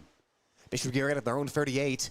You think about Joyce, he's averaged over 20 yards per catch this season, so it seems like you hold him to a 10-yard gain, and not that that's a win for the defense, but you feel like he's always a threat to explode away and get a huge touchdown. Furch has Marceau on his left hip. He's in the shotgun right now. Rosenmeyer, the tight end on the left side, as Joyce goes in motion across Furch.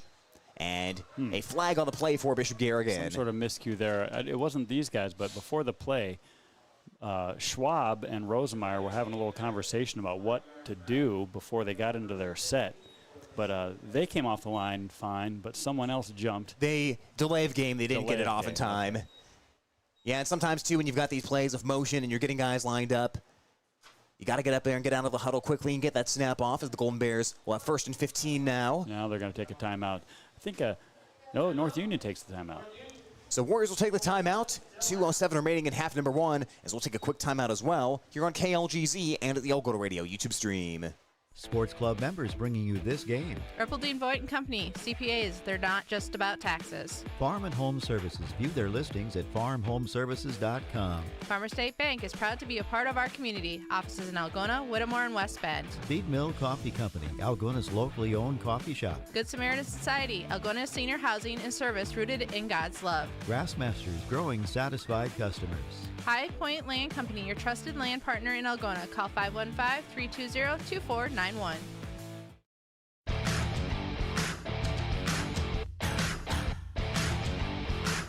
Bishop Garrigan 28, North Union 7 right now on your Greg Penning and Company scoreboard. Got another update from Brian Wilson over at the Algona versus Humboldt game tonight. It is 14-7 Algona with 5 minutes left to go until halftime after a 1-yard rushing touchdown by Nathan Mansky. But here on KLGZ, it's Bishop Garrigan up 28-7 and trying to put in an exclamation point here of 2:07 left until halftime. They have the ball 1st and 15 from their own 33-yard line. It'll be Dalton Clens going out to the short side of the field. That is over to the right as the ball's on the right hash. Joyce is short off the line to the left. He'll motion now to the right as Furch takes the snap. Stands in the pocket. He lobs it down the middle of the field. He's got Rosenmeyer. Makes the grab at the 15-yard line. He's down to the 13. Once again, Tate Furch and his tight end, Weston Rosenmeyer, on the exact same page. Oh, what a throw by Furch, a route by Rosenmeyer. Rosenmeyer is such a mismatch. He's a tight end, so he lines up over there, and he usually gets a linebacker on him, but he's a fast dude.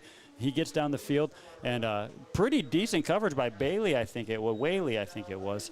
But just a perfect pass by Furch over the shoulder grab. Well, Rosenmeyer's been generating some big plays coming into tonight. Only had 5 catches, but they were for 107 yards. And he's gotten 2 big chunk plays tonight from Tate Virch. Bishop Garrigan will come out with some power here, some beef. McGregor, the fullback, takes the handoff, tries to go through the middle, and he is hit immediately at the line of scrimmage.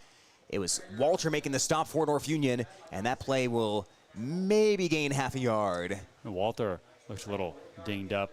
Bears are going to call timeout. Maybe they just want to slow things down a little bit and think about what's going on.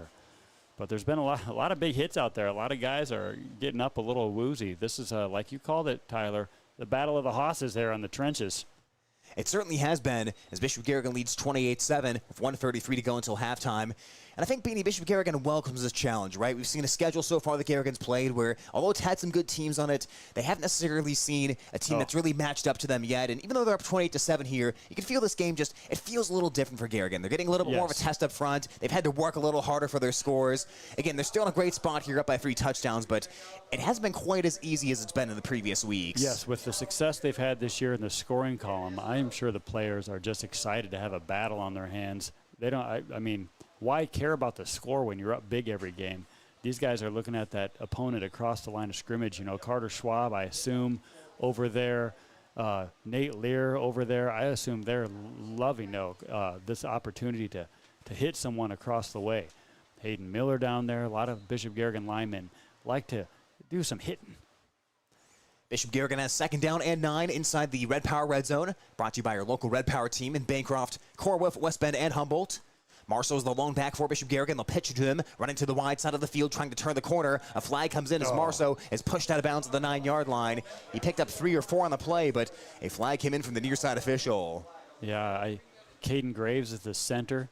He didn't have anyone over him, so there's no one face-to-face with him. And he did a nice seal block. The official has signaled holding against Bishop Garrigan. The Bears didn't know it. They were ready to run the next play. Now they got to march it backwards. They kind of hurry up a little bit there. But we got Lear, Caden Graves, Schwab. Those guys, every play, they're going to wear opponents down. And they just are a couple guys that just like to fire off the ball and make big contact. Bishop Garrigan now finds themselves at their own 19-yard line, 1:22 and ticking to go until the half. Furch fakes the Marceau. He boots out to the right, looking down the field. He lobs it for the end zone. Sliding in there is Joyce, and it's incomplete. They said that ball touched the ground. Or check that, Rosenmeyer, beg your pardon. Rosenmeyer could not get his hands underneath it, and it's 3rd down from the 19-yard line. 2 tight ends in there. Hayden Miller and Rosenmeyer both come off the line. Kind of go to the same area. They get Furch's choice of who do you want to throw to. Just over Rosenmeyer, or just over Miller, intended for Rosenmeyer.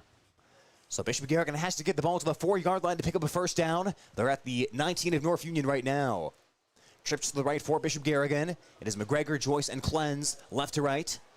Tight end Rosenmeyer on the left side of the line. Everyone in the pattern for the Golden Bears. Furch all day to throw. He pulls it down. He steps forward. He makes a man miss. He's to the 15. He's to the 10. And he is dragged down from behind. A 1st down saving tackle by Draven Keeler as Furch got it to the 10. It's 4th down and 6 to go with 57 seconds left in the half. Boy, I thought he was throwing deep to the end zone, and he made a little pass fake. He tricked me on the camera work. I thought he was throwing that end zone, but probably a good decision by Tate First to fake it and tuck it in. Pretty good coverage by the Warriors deep. Bishop Garrigan will expend their 2nd time out of the half, leading 28-7, and again, under a minute to go until halftime. As we'll recap the first half, we will also have You Make the Call, brought to you by Algona Municipal Utilities at the halftime break. But right now, Beanie, Bishop Garrigan trying to cap off this drive and get into the end zone. We haven't seen a whole lot of opportunities to run a 2-minute offense, and even though maybe not the smoothest drive, they moved backwards a couple of times before they could move forwards, but a chance here for Bishop Garrigan to cap off this drive to end the half and try to execute with 2.5 minutes to go. Yeah, not polished, but you know, they could pick up a 1st down at the 4-yard line, but this 4th down situation is kind of a 4th and goal here. You know, they have had a few opportunities where you can see that the Bishop Garrigan coaching staff is going out there to work on this 2-minute drill. This is one of them. So now with a 4th and goal situation with about a minute to go, chances are that North Union might get a chance to get another kickoff, making the huge assumption that Bishop Garrigan is going to score here. And I think we're going to see a little bit of this could be the play where Bishop Garrigan wants to try something. Up big on the scoreboard, 28-7. We might try a little trickeration here. Bishop Garrigan either scores or North Union gets the ball back with less than a minute to go until halftime. Cleanse will go into motion, and the play gets blown dead as North Union will call a timeout prior to the snap. It looked like they were setting up the double reverse. They were going to try a little trick there, but that's blown up because now North Union knows it's coming. They were going to hand off to Cleanse, who was going to give it to Joyce, who was going to race to the pylon, but we don't get to see it.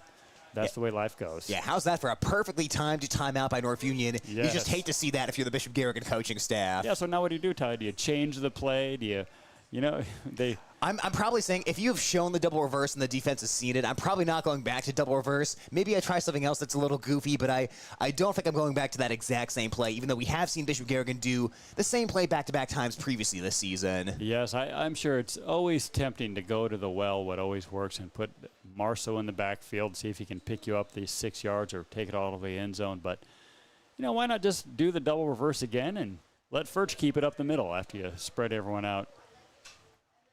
We'll find out just what Bishop Garrigan has in mind. Still 4th down and 6. Bishop Garrigan needs the 4-yard line. 46 seconds remaining in the half as the Golden Bears are on top 28-7. Furch will have C.J. McGregor out to the wide side of the field. 2 receivers to the left and Rosenmeyer on the right side of the line of scrimmage.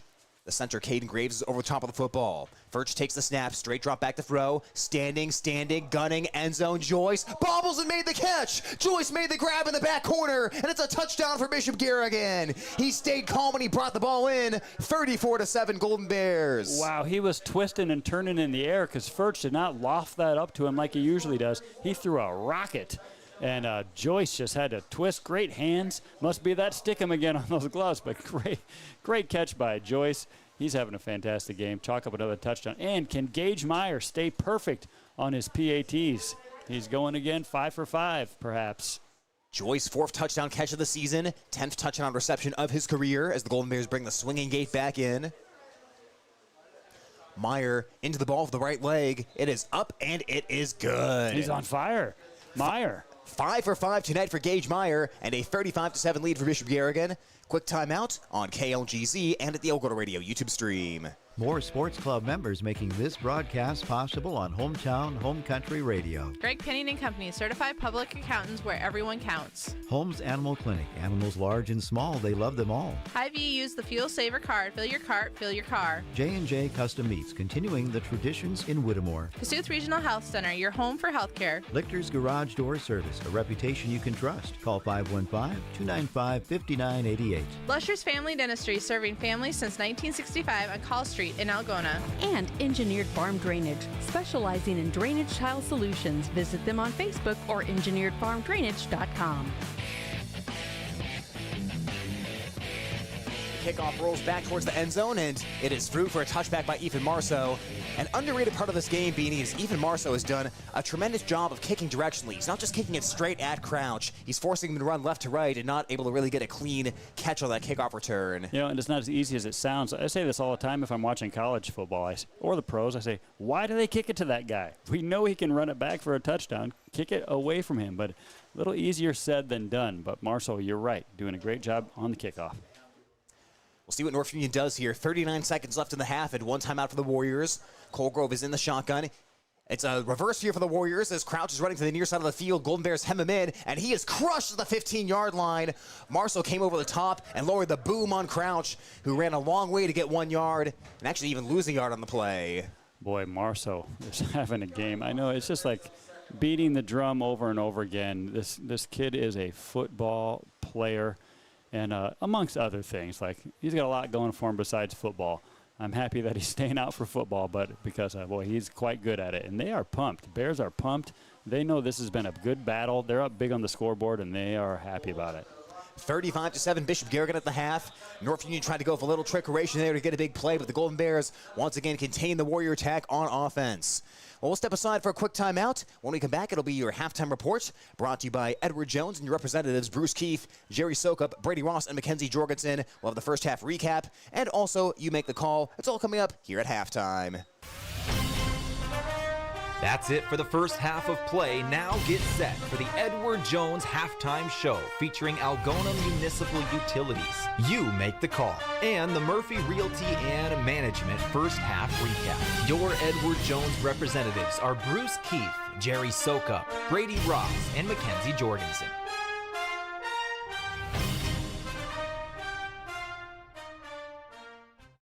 What does it mean to be rich? Maybe it's less about reaching a magic number and more about discovering the magic in life. Hi, I'm Edward Jones financial advisor Jerry Sokup. Count on me for financial strategies that can help support a life you love, because the key to being rich is knowing what counts. Contact me at 515-295-7766 and let's find your rich. Along with Bruce Keith, Brady Ross, and Mackenzie Jorgensen, we are your local Edward Jones financial advisors. Member SIPC.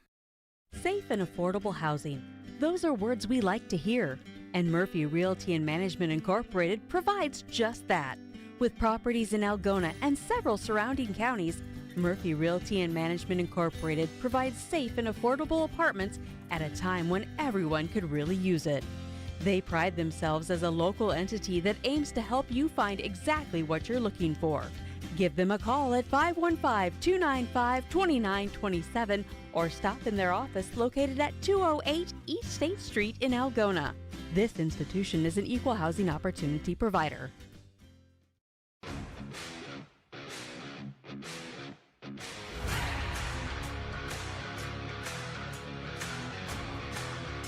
Time for your Edward Jones Halftime Show here on Home Country Radio and at the Algona Radio YouTube stream. Brought to you by Representatives Bruce Keith, Jerry Sokup, Brady Ross, and Mackenzie Jorgensen as Bishop Garrigan leads North Union 35-7 right now on the scoreboard. Recapping how we got to that point. North Union started the game, and they got the ball first, and they moved it a little bit against Bishop Garrigan, and they faced a big decision. They had 4th down and inches in their own territory around the 35-yard line. They elected to punt the ball away to Bishop Garrigan. Golden Bears go on a patient drive. They march it down the field and cap it off on an even Marceau 22-yard touchdown rush. The extra point by Gage Meyer was good, and after Marceau's 13th rushing score of the season, Golden Bears led 7-0. On Bishop Garrigan's second possession, it was a Tate Furch quarterback sneak to make the score 14-0. On the ensuing kickoff, though, that's when North Union got their 7, as the kickoff went to Carson Crouch. He saw a big seam, he took off, and he outran the kicker to the end zone, 70 yards for a score. The PAT by Christian Reyes was good, making the score 14-7. But since that time, the Golden Bears have extended their lead heading into halftime. Tate Furch has run a couple of touchdown passes, as he was able to find Dalton Clens for 39 yards. Also hit Michael Joyce right before the half as well. And Bishop Garrigan in a good spot right here, leading 35-7 over North Union. Again, I'm Tyler Lance, joined by Beanie Bodie tonight on the broadcast.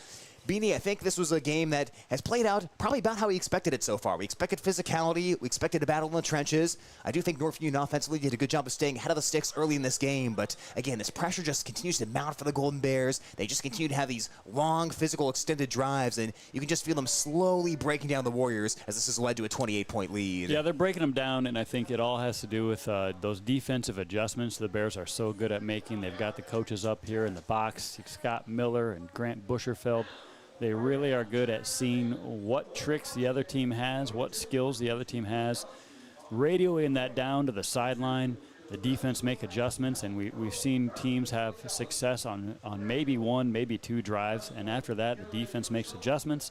They make some substitutions and some positioning changes, and after that, the other team just can't seem to move the ball at all. And so hats off to the Bishop Garrigan defense for adjusting, and their personnel.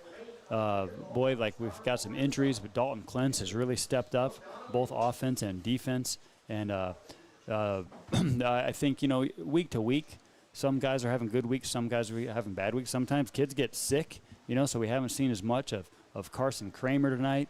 But different adjustments by the defense, they are still stout.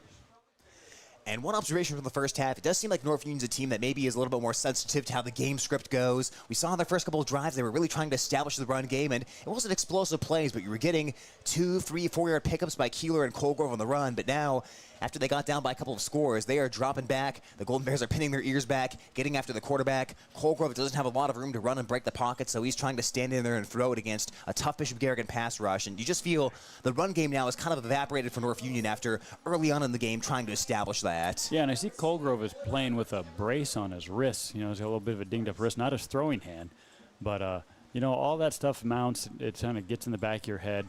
But at least North Union has a pretty solid offensive and defensive line that has been very fun for the Bishop Garrigan team to get better against, because this team ranked number 1 in the state week in and week out. We've seen their linemen just dominate. And tonight, the Warriors are just as their moniker says. They're Warriors out there on the line tonight. They are really putting up quite the fight.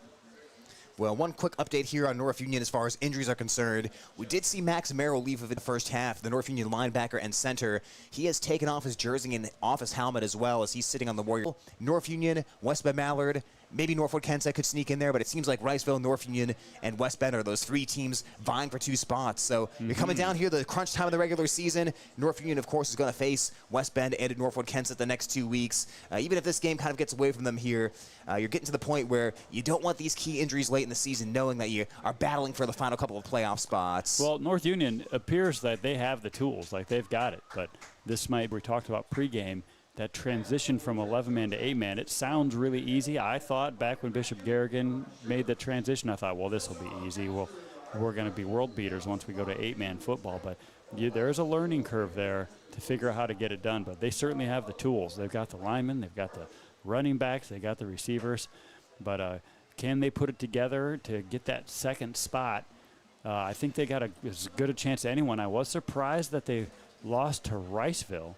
I bet they wish they could have that game again. That is a game they would like to have back, as it ended up going 46-42 to Riceville on North Union's homecoming week. After that, they lost 52-28 against GTRA in a non-district game, but one they were leading 28-24, but GTRA had a big third quarter to pull away from the Warriors in that one. But like you said, Beanie, you come into 8-man football, you think you're going to come in and roll, and the North Union Warriors still have a chance to make the playoffs, but there's always challenges. I remember back to the story the first year you and I were doing 8-man football together for Garrigan. They're playing Rockford in that first game. On the very first play, they run a midline read, and Garrett Hine, the quarterback at the time, breaks for a huge touchdown, and you're thinking, touchdown the first play? The first Bishop play Garrigan is ball, but that's right. it was a Great process, memory. just like it's a process for North Union. Yeah, for sure, and it is the process. So as we see more and more schools go to the 8-man ranks, it's the biggest division in high school football in Iowa. There's more 8-man teams than any other. We'll start to see these teams get more and more polished, but it still does appear to be kind of the haves and have-nots in the 8-man football world, and North Union is in the haves category. They just have to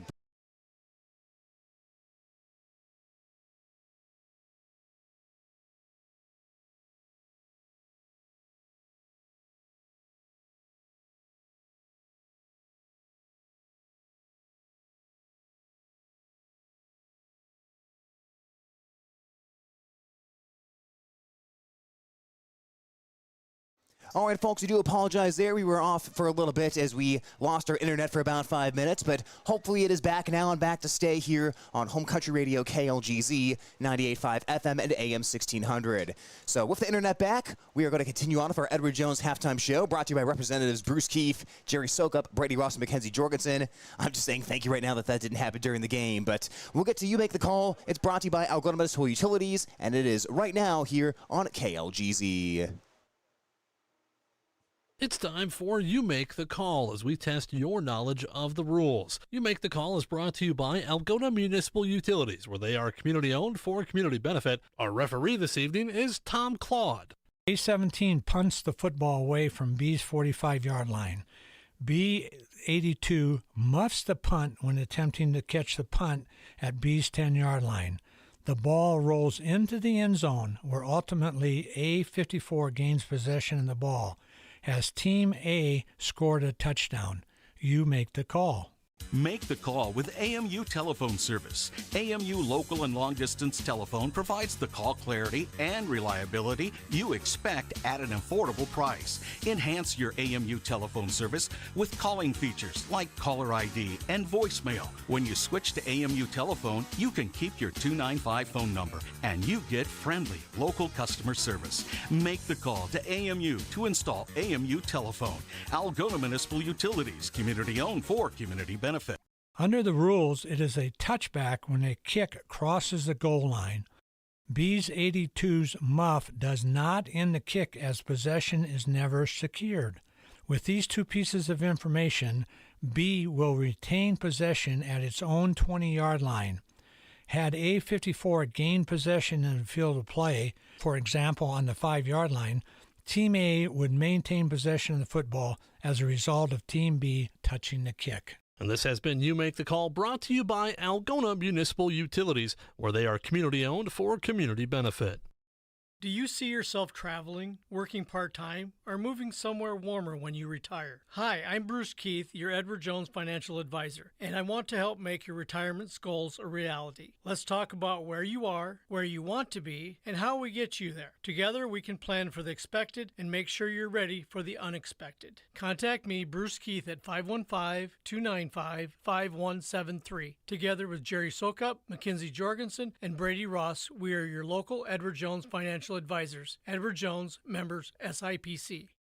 You shouldn't need an advanced degree to figure out how to pay for one. Hi, I'm Brady Ross, your Algona Edward Jones financial advisor, and I want to help you understand all the options you have when paying for an education. Whether you're the first in your family to attend college or planning for a grandchild to build on a legacy that goes back generations, let's work together to take care of your unique financial needs. Call me at 515-295-7763 to get started today. Together with Bruce Keith, Jerry Sokup, and Mackenzie Jorgensen, we are your local Edward Jones financial advisors. Edward Jones, member SIPC. All right, you just heard Algona Municipal Utilities. You make the call a couple minutes ago here on your Edward Jones halftime report. We've still got a couple minutes to go here until the start of the second half, about 2.5 minutes away, as I'm Tyler Lance alongside Beanie Bodie. Beanie, the Golden Bears get the football to start the second half, trying to push this one up to a running clock, leading 35-7 right now. Well, Tyler, it's unfortunate we were off the air because you and I had some just brilliant assessment and commentary on the first half of this game. But we were just talking to each other up here, which is fine because that's why I'm here. I'm just having a conversation with a friend about the football game, and this football game has been a good one. North Union Warriors are battling the Bears here. The scoreboard doesn't say it, 35-7. But there's been some great play on both sides of the ball, good blocking and tackling on both teams. Garrigan has not been as polished as they'd like, a few penalties there that I'm sure they talked about at halftime here on the road. Not as sharp as they have been. But one thing that is reliable, Tate Furch running the helm, making beautiful passes. Ethan Marceau just brutalizing defenses with his hard running. And here's I thought, a really bright spot of the first half. Gage Meyer, 5 for 5 on PATs. I say that because Garrigan has had many years where the thought of a point after attempt kick is preposterous. That ball doesn't have a chance. And here we have a field goal kicker getting better every week. That's pretty fun. It certainly is. We're seeing some really good special teams tonight. I mentioned that multiple times in the first half, but Bishop Garrigan 5 of 5 on PATs. North Union made a PAT. Of course, you had Crouch run that kickoff back for a touchdown, and then I still want to commend the kickoff specialist, Ethan Marceau. And I say that, of course, tongue-in-cheek because he's a great linebacker and running back for the Golden Bears, but I've been impressed by his kicking tonight. He's kicking it close to the goal line, but moving the ball left to right, making it hard for Crouch to return it. I can see why Bishop Garrigan, after a few games of maybe not having him due to hamstring kicking, said, you know what, we need number 11 on the kickoff unit. Yeah, for sure. And again, Crouch, the electric running back for North Union Warriors, ran back a kick. And that was a kick that Gage Meyer kicked and gave him I think he kicked it deep enough. He got the ball plenty deep on the field. This is a great kick return. But then Ethan Marceau went in there for the next kick attempt and said, I'm just going to kick it so no one can get their hands on it. Great kick there. Yeah, there was a huge scene for Crouch on that kickoff return touchdown, and he was able to outrun the defense. The other nice thing about having Marceau as a kickoff specialist for Bishop Garrigan is that the fact that you had another really good tackler on that kickoff unit. So if anyone gets through, you've got the best tackler on the team and the hardest hitter on the team ready to lower the boom. That's right, and there is a lot of room to run. But Marceau is speedy. You noted that in the first half when he showed his speed on defense, where he ran down the North Union open field runner. Marceau, that's why he's a running back. He's got it all. He's got speed and power. So Bishop Garrigan receives the football to start off the second half as the Golden Bears on offense scored 35 points in half number one. A couple of rushing touchdowns by Tate Furch, a rushing score by Ethan Marceau, and 2 passing touchdowns by Tate Furch, 1 to Dalton Clens, and also hitting Michael Joyce on a touchdown as well. Reyes will kick it away for North Union, left to right on the radio dials. Bishop Garrigan has C.J. McGregor back to return. Couple Golden Bears back deep right now, awaiting that opening kickoff of the second half. Didn't the Warriors win the toss and they elected?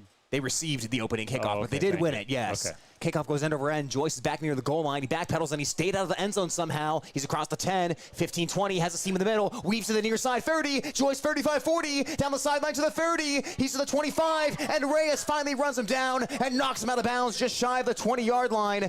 Michael Joyce hit behind C.J. McGregor on that kickoff. Then he emerged and runs it back 60 yards. Wow, that's a team kickoff return. Of course, Joyce does all the work of running those fast legs, but what blocking by the Bears kick return team. Beautiful blocking all the way. Tyler, you just said how important it is to have a kicker that can make some tackles on the field. Reyes, the kicker for North Union, just saved a touchdown, much to the chagrin of Michael Joyce, who would have loved a second kick return for the season. So Joyce will have to settle for a very good kickoff return. That one ends up going 59 yards, and Bishop Garrigan is at the edge of the red zone. Furch running out to the right side, has some traffic in the backfield. He is tripped up by Crouch as he gets across the 20-yard line down to the 19. A 2-yard pickup for the Bishop Garrigan signal caller. Excellent pursuit by the other 7 Warriors after the initial trip up by Crouch there. Furch breaks that tackle, but immediately the other 7 guys right there. Feels like the restart of a game. That's why half times are so great. Each team gets a chance to reset. Both teams looking sharp right out of the gates. Furch will have Marceau on his left side. One tight end each side of the formation. If Clens split out to the wide side of the field, Furch will read and he'll keep it off the left side. He has a hole. He's to the 15. He's to the 10. Back to the middle to the 5. And he's ridden down at about the 2-yard line. Taken down from behind by John Waller, the defensive lineman chasing down the play. But that read option, the zone read, works again to perfection. Tyler, I didn't get tricked that time by Furch's fancy handle work of that ball. Did you get tricked? I knew he had it the whole time that time. I've seen that play enough times now where I'm looking for it, but you can trust me, folks. That play fooled myself and Beanie a lot early in the season when we'd think Marceau would have it, but it turned out Furch would keep it. And most importantly, it fools the camera. Well, it didn't that time as Marceau now lines up as a fullback. C.J. McGregor is the tailback. Oh, my favorite. First and goal from the 2. Marceau lowers the boom, and he's into the end zone for a touchdown. You've got that big number 11 sledgehammer back there, and Bishop Garrigan puts him to good use for his second rushing score of the night. Well, I'll take that touchdown by Marceau, but I like it even more when he's the lead blocker for McGregor to run behind. In fact, even with my bad hips and everything, I'd love to run the football behind Ethan Marceau. I think anybody could with the blocks he puts out there. Yeah, he was the starting fullback on that Bishop Garrigan State Championship team. Starting fullback last year as well, moving to the tailback spot this season. Now with 41 career rushing touchdowns, as Meyer will try to continue his perfect night. Graves with the snap, Furch with the hold. Meyer's kick goes end over end, and it's off the right upright, no good. Oh, off the uprights. Oh, you hate to see that. Broke the streak. Oh, I was pulling for him. I think there's still a chance at a school record because we don't kick many PATs. I don't know what it is, but 5 in a row, pretty impressive in the same game. You can still go for the most in a game, perhaps, if the Bears keep putting them up. So the Golden Bears are on top 41-7. I forget the exact number last year, but Bishop Garrigan 62-0 win over Harris Lake Park last season. I remember giving player of the game to Brady Galligan. I think he was 7 of 7 maybe on PATs. Okay. Or 8 of 8. I'll have to go back and fact check that, but they did have a good PAT kicker last year for what Brady Galligan did. That's why we have record boards, and I bet you're right. I bet Brady Galligan has it. Just talking about that young man this morning at the Chamber Coffee with his mom. Hope he's doing well. The great kicker from last year, now Meyer. Marceau into the football, sends it spinning down the field where it's taken by Cale Jones at the 7-yard line. He cuts to the right, he's to the 15-20, out of a tackle to the 25, and running to the sideline being pursued by Carter Sink. Good broken tackle there by the senior Jones, and decent starting field position for North Union, now down 41-7. Well, you know, that just is a bell ringing in my head now. Cale Jones had a beautiful run to start the game in the first quarter. I don't think we've seen him carry the ball much since. I think it was a catch and run, but yeah, a lot of quick hitters to Jones, but he hasn't been in open space the way that he was on that big run of a broken tackle back in I believe it was the first quarter. Jones is out to the right now. Colgrove will zing it out to Jones. Jones makes the catch. He's tackled immediately on the play. Taken backwards by Tate Furch, who's been flying around on defense the past few weeks, limited to a gain of about 3. Well, perhaps that's the answer to why they haven't gotten Cale Jones the ball more. Maybe he's always guarded by Furch and other Garrigan defensive backs that smother him so he can't get his hands on there. But, boy, they're trying there. First, that kick return by Jones and then the first pass to him, trying to get him involved in the offense. Jones came into the game with 10 catches for 136 yards. I believe that's 3 or 4 at least today, if not more, as Crouch motions over towards the left. Colgrove Fakes to his back, Keeler for the block. Colgrove throwing it down the middle of the field, and he got hit as he was throwing. He was trying to find Jones one-on-one with Dalton Clens, but he took the contact that time and couldn't get into the football. Yeah, and he's a little limpy as he was trying to set his feet and throw, and then he got hit, so he had that foot planted. And whenever you get hit in the legs when your feet are planted, something bad's going to happen. So he's limping, he rolled something, but he's a tough kid. He's going to keep on playing. Takes that helm at the huddle again, looks at his wristband, and calls the play. 3rd down and 7 for North Union. They have the ball at their own 29-yard line as Bishop Garrigan leads 41-7. It is not a running clock. It's 34 points right now after that missed PAT. As Colgrove will take the snap and give to Keeler. Keeler runs through the middle. Keeler driving his legs forward. Does not have enough for the first down as he picked up about 2 or 3 yards. And North Union faces a 4th and about 4 with 9:44 left in the 3rd. So that's really good blocking up front by North Union. That running play goes for 3 or 4. That's an excellent first down play, but they found themselves needing a lot more because they got themselves behind the chains by that big play, that big hit by Furch on Jones. So this is what I mean by North Union just going to get the hang of this 8-man game and the sequencing that's needed to keep advancing that ball. Well, and that was a kind of run, too, that North Union was doing early in the game when this was still up for grabs, and they were trying to get that early touchdown as the punt is a good one by Keeler. It rolls inside the 10. Joyce has no room to return it as it bounds all the way to the 5-yard line.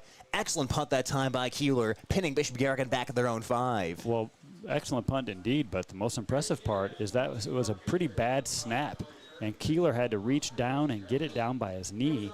And naturally his other knee wanted to touch the ground to keep his balance. He would have been down right there at that spot, and Garrigan would have had the ball on their 17-yard line. But he did a really nice athletic acrobatic move to keep his knee from touching the turf. All right, I need to reassure our listeners right now, that huge bug you see on the screen isn't some mutant bug that's going to eat us all. It's just right on top of the press box window in front of the camera. So it's not some huge, monstrous bug that is going to cause an issue, but it's right in front of the camera there as McGregor runs off the left side. He's across the 11-yard line.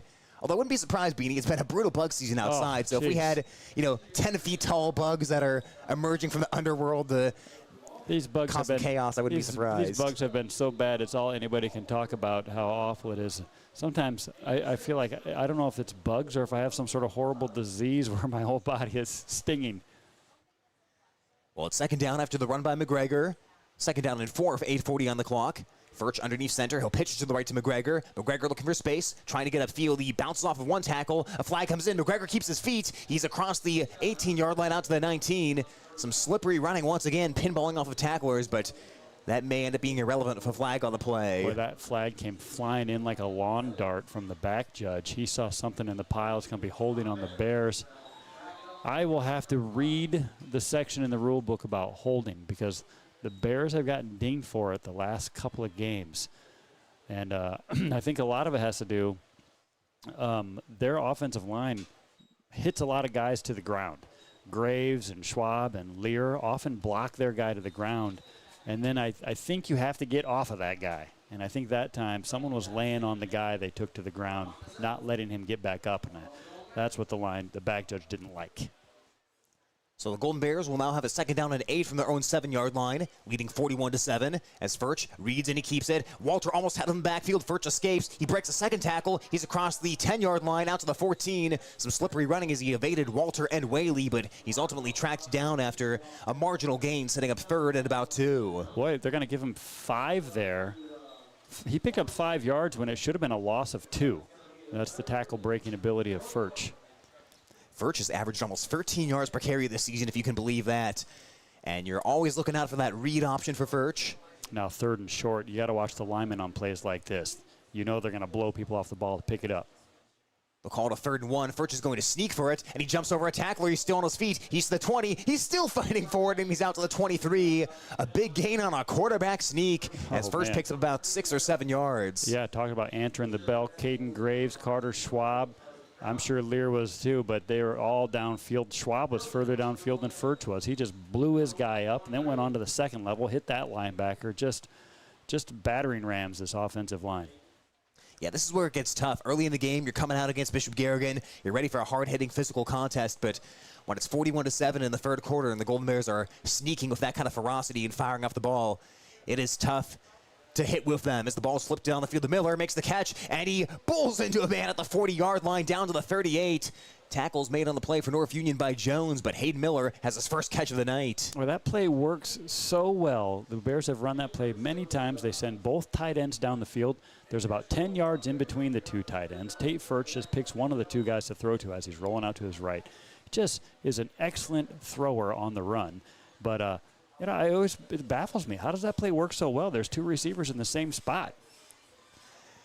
It works well with accurate passing from Tate Furch as McGregor motions out to the left. They'll swing it to him. McGregor catches at the 40. He stumbled but kept his feet, and he got hit hard, although maybe he didn't keep his feet. They may say his knee was down at the 40. He either gained 2 yards to the 38 or he was down at the 40, and they'll say he lost a yard to the 40. Well, he did it again. He's going to watch this on film. He's probably going to think, well, maybe I'm wrong.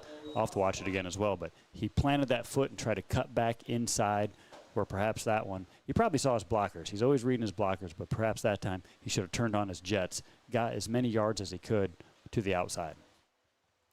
Second down at 11 for the Golden Bears. They're at the Warrior logo right now at midfield, leading 41-7. About 6 minutes remaining in this third quarter. McGregor takes the handoff. He gets past the initial tacklers. He stays on his feet. He's across the 30. He's trying to crawl forward to the 25. They'll mark him down at the 26. Another slippery run. Yeah, slippery, shifty, elusive. All the broadcasting words we have for guys like C.J. McGregor there. But wow, what a run right up the middle. It just seems like it shouldn't be possible to do that. He's running in heavy traffic, and he's not slowing down, just avoiding contact. What'd you say, slippery? I think that's the best one. I said slippery. I think that's the best one. He's slipping right through there. Well, you're ready to tackle him, and all of a sudden you're tackling error for the way that he's cutting and juking around. Dalton Clens will go out to the left side. Out to the right side for Bishop Garrigan. They're going to have Carson Seidels. Furch takes the snap. McGregor stays into block. Furch drifts out to the right side, telling his receivers to go down the field, and he'll throw it into the sideline.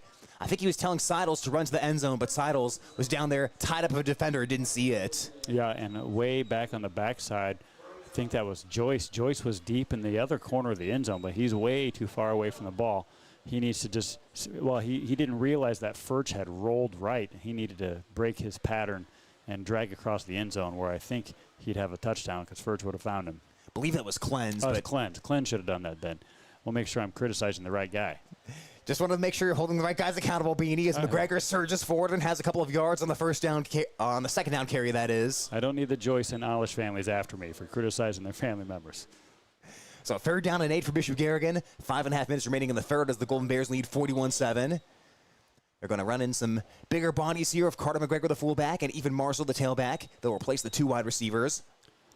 Well, you see the body language on the North Union Warriors. This drive has been a long one for the Bears, a pounding one at that. They're getting worn down. Can they hold here on 3rd down? They got a great chance to stop the Bears. That would be a boost for them. Carter McGregor winged up to the left side. Marshall behind him in the backfield. Play action for Furch. He's got a man wide open. Zips it into the end zone. Caught by Rosenmeyer for another touchdown. 23 yards. Tate Furch converts his first touchdown pass of the night, and it's 47-7 Golden Bears as Rosenmeyer got totally lost in coverage. Boy, just all alone. 2 tight ends out there again. That time it was the youngster Jack Moeller was out there. But when you put 2 tight ends out there, it really forces the linebackers to cover somebody. And then, of course, the play action to Marceau. You gotta pay respect to that, because if he actually gives it to Marceau, you better be ready. That frees up Rosenmeyer all alone. And the Golden Bears will go for 2 on the swinging gate. Furch running to the right side, but the play is blown dead. We had a false start called against Bishop Garrigan as the conversion attempt just got a little harder. So now they back it up, and will they let Gage Meyer try to kick a 5-yard further PAT? Yes, they will. He's still out there. They're just going to go straight to the line of scrimmage, see if Gage can put it in. Well, he's had the leg to do it so far tonight. If you look at his PATs, they've gone through by enough to potentially get it there from this distance. Basically a 27-yard field goal here for Meyer if he makes it. Snap is high. Furch puts it down, and that kick is low and deflected at the line. It is no good, and the score stays 47-7 Bishop Garrigan. We'll take a quick timeout, come back to North Union High School after this. The Golden Bears up by 40, and 4:57 left in the third on KLGZ. High school sports on Hometown and Home Country Radio, brought to you by these fine sports club members. American Glass for all your glass needs. Think American. Central Financial Group, where you belong. Down to Earth Tree Service, your local Algona tree service. Farm Bureau Financial Agents Dave Beisch and Daniel Foth. Ed Service Station, service you can trust. Glenn's Green Thumb, from a small seed, something beautiful will grow. Iowa Lakes Community College, your community, your college. Sports club members bringing you this game.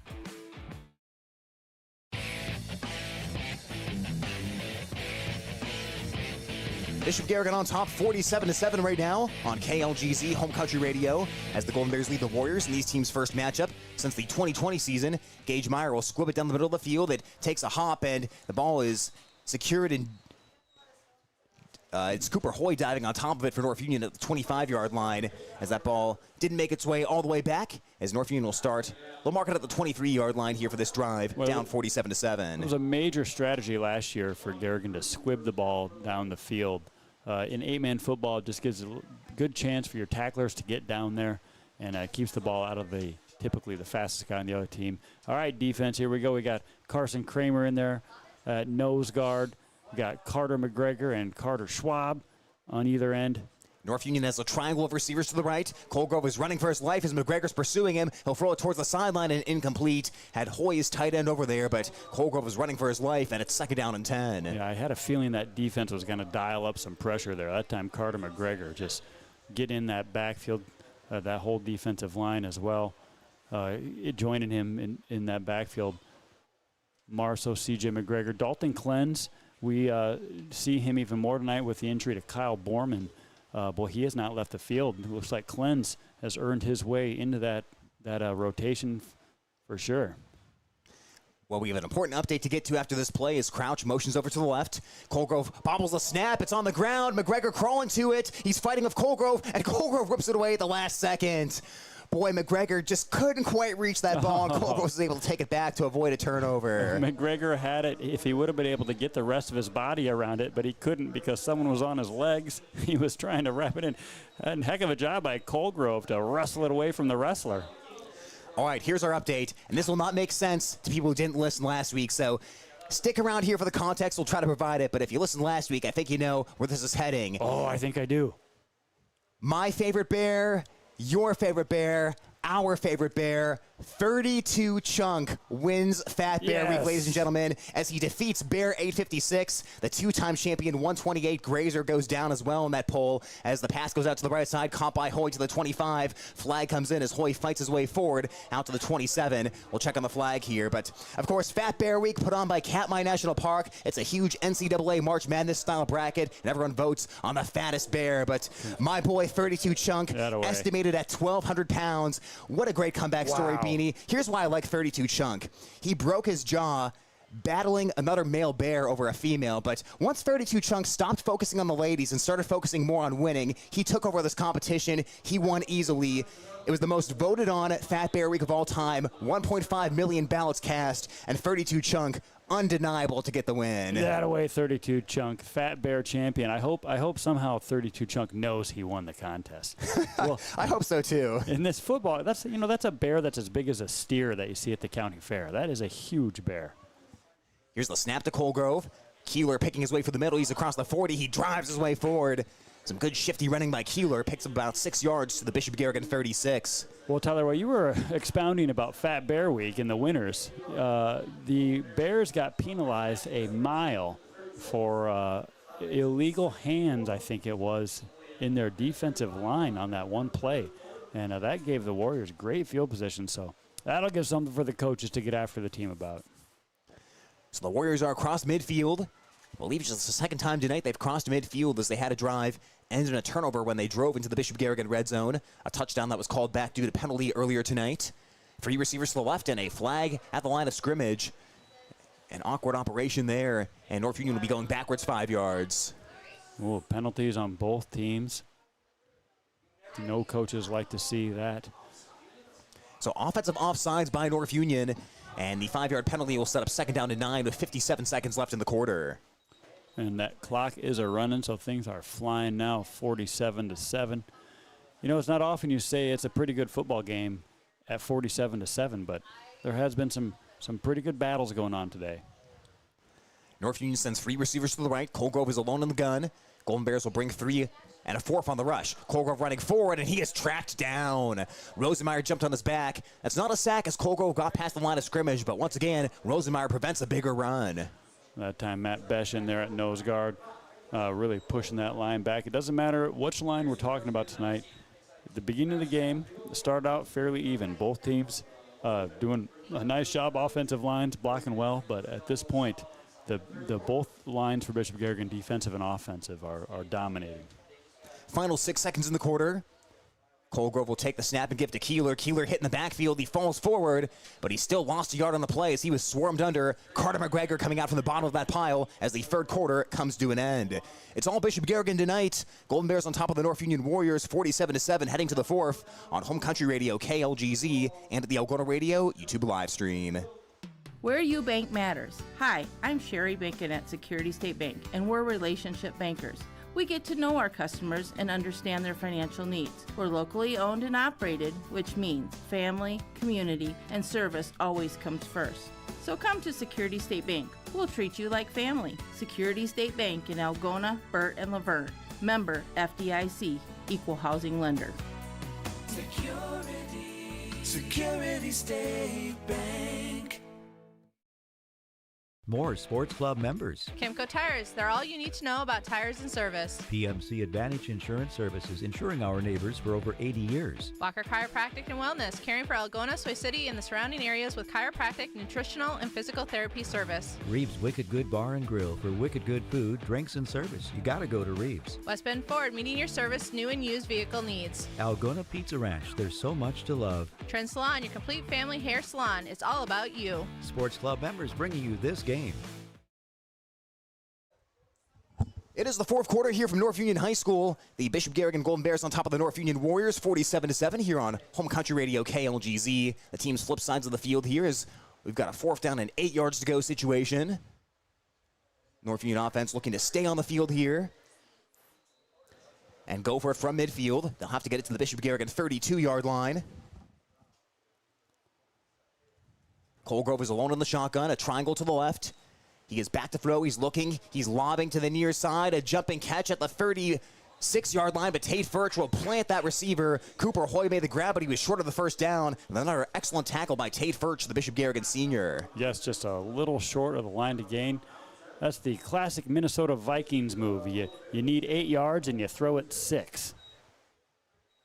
So the Golden Bears will force the turnover on downs. Tyler, for all of us NFL fans out there, the Vikings are playing 2 games in a row overseas. I don't know how I feel about that. I thought this was the American football. They have their own football in the form of soccer. Yeah, overseas, London game. I always say, folks, you throw out the records when you go to Wembley Stadium. As here's the handoff to McGregor. McGregor runs left side as he churns forward for a couple yards. Yeah, my Cleveland Browns, BD, taking on your Minnesota Vikings this upcoming weekend. I was Some early morning action. I mean, now that the Guardians are out for your Ohio team, now it's your Browns taking on my Minnesota Vikings. This could be interesting. Yeah, the Wentz wagon continues for another week, right? So we'll see Carson Wentz against Dylan Gabriel in that ball game. Oh, you think Dylan Just exactly Gabriel? what the London folks deserve. Yeah, it's official. Joe Flacco did get benched, and Dylan Gabriel will start that Sunday game between the Vikings and the Browns. Here's the turn by Furch, and the give to McGregor. Runs off the left side. He's got a big head of steam down the sideline. There goes C.J. McGregor. He's tracked down to the 10-yard line. There is a flag at the line of scrimmage, though, so this may be coming back. Oh, unfortunate flag. That's what I like to see C.J. McGregor do. Read those blockers, get behind them, and turn on the Jets. That's a classic pitch play. Beautiful blocking, beautiful running. Just a pretty sweep around the corner, but all for naught. It's going to come back because there's some yellow laundry on the field, and they're going to walk off a big 10 yards for holding on the Bears. Been just a really bugaboo for the Bears this last couple weeks on these holding penalties.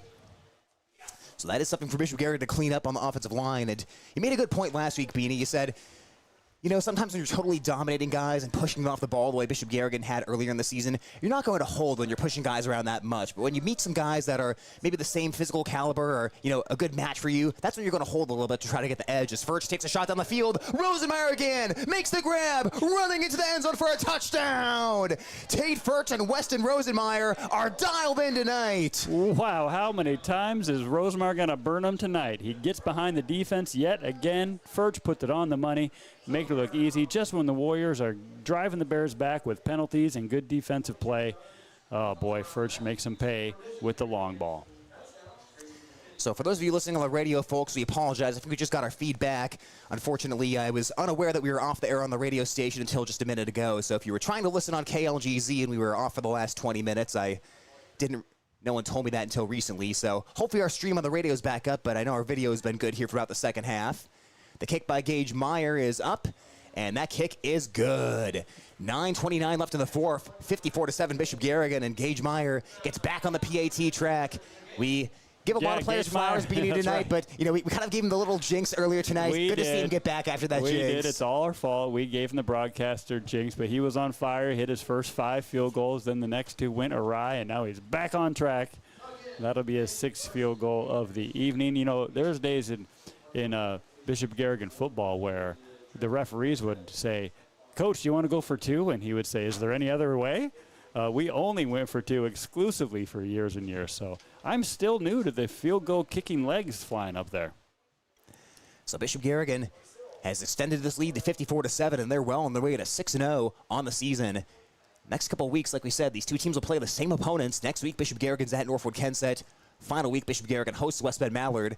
And it's vice versa for North Union. They'll play Northwood Kensett coming up in the final week, whereas they'll face West Bend Mallard next week. Here's Gage Meyer to kick it away again. He'll squib it down the middle of the field as Cooper Hoy dives on top of it at the 27-yard line.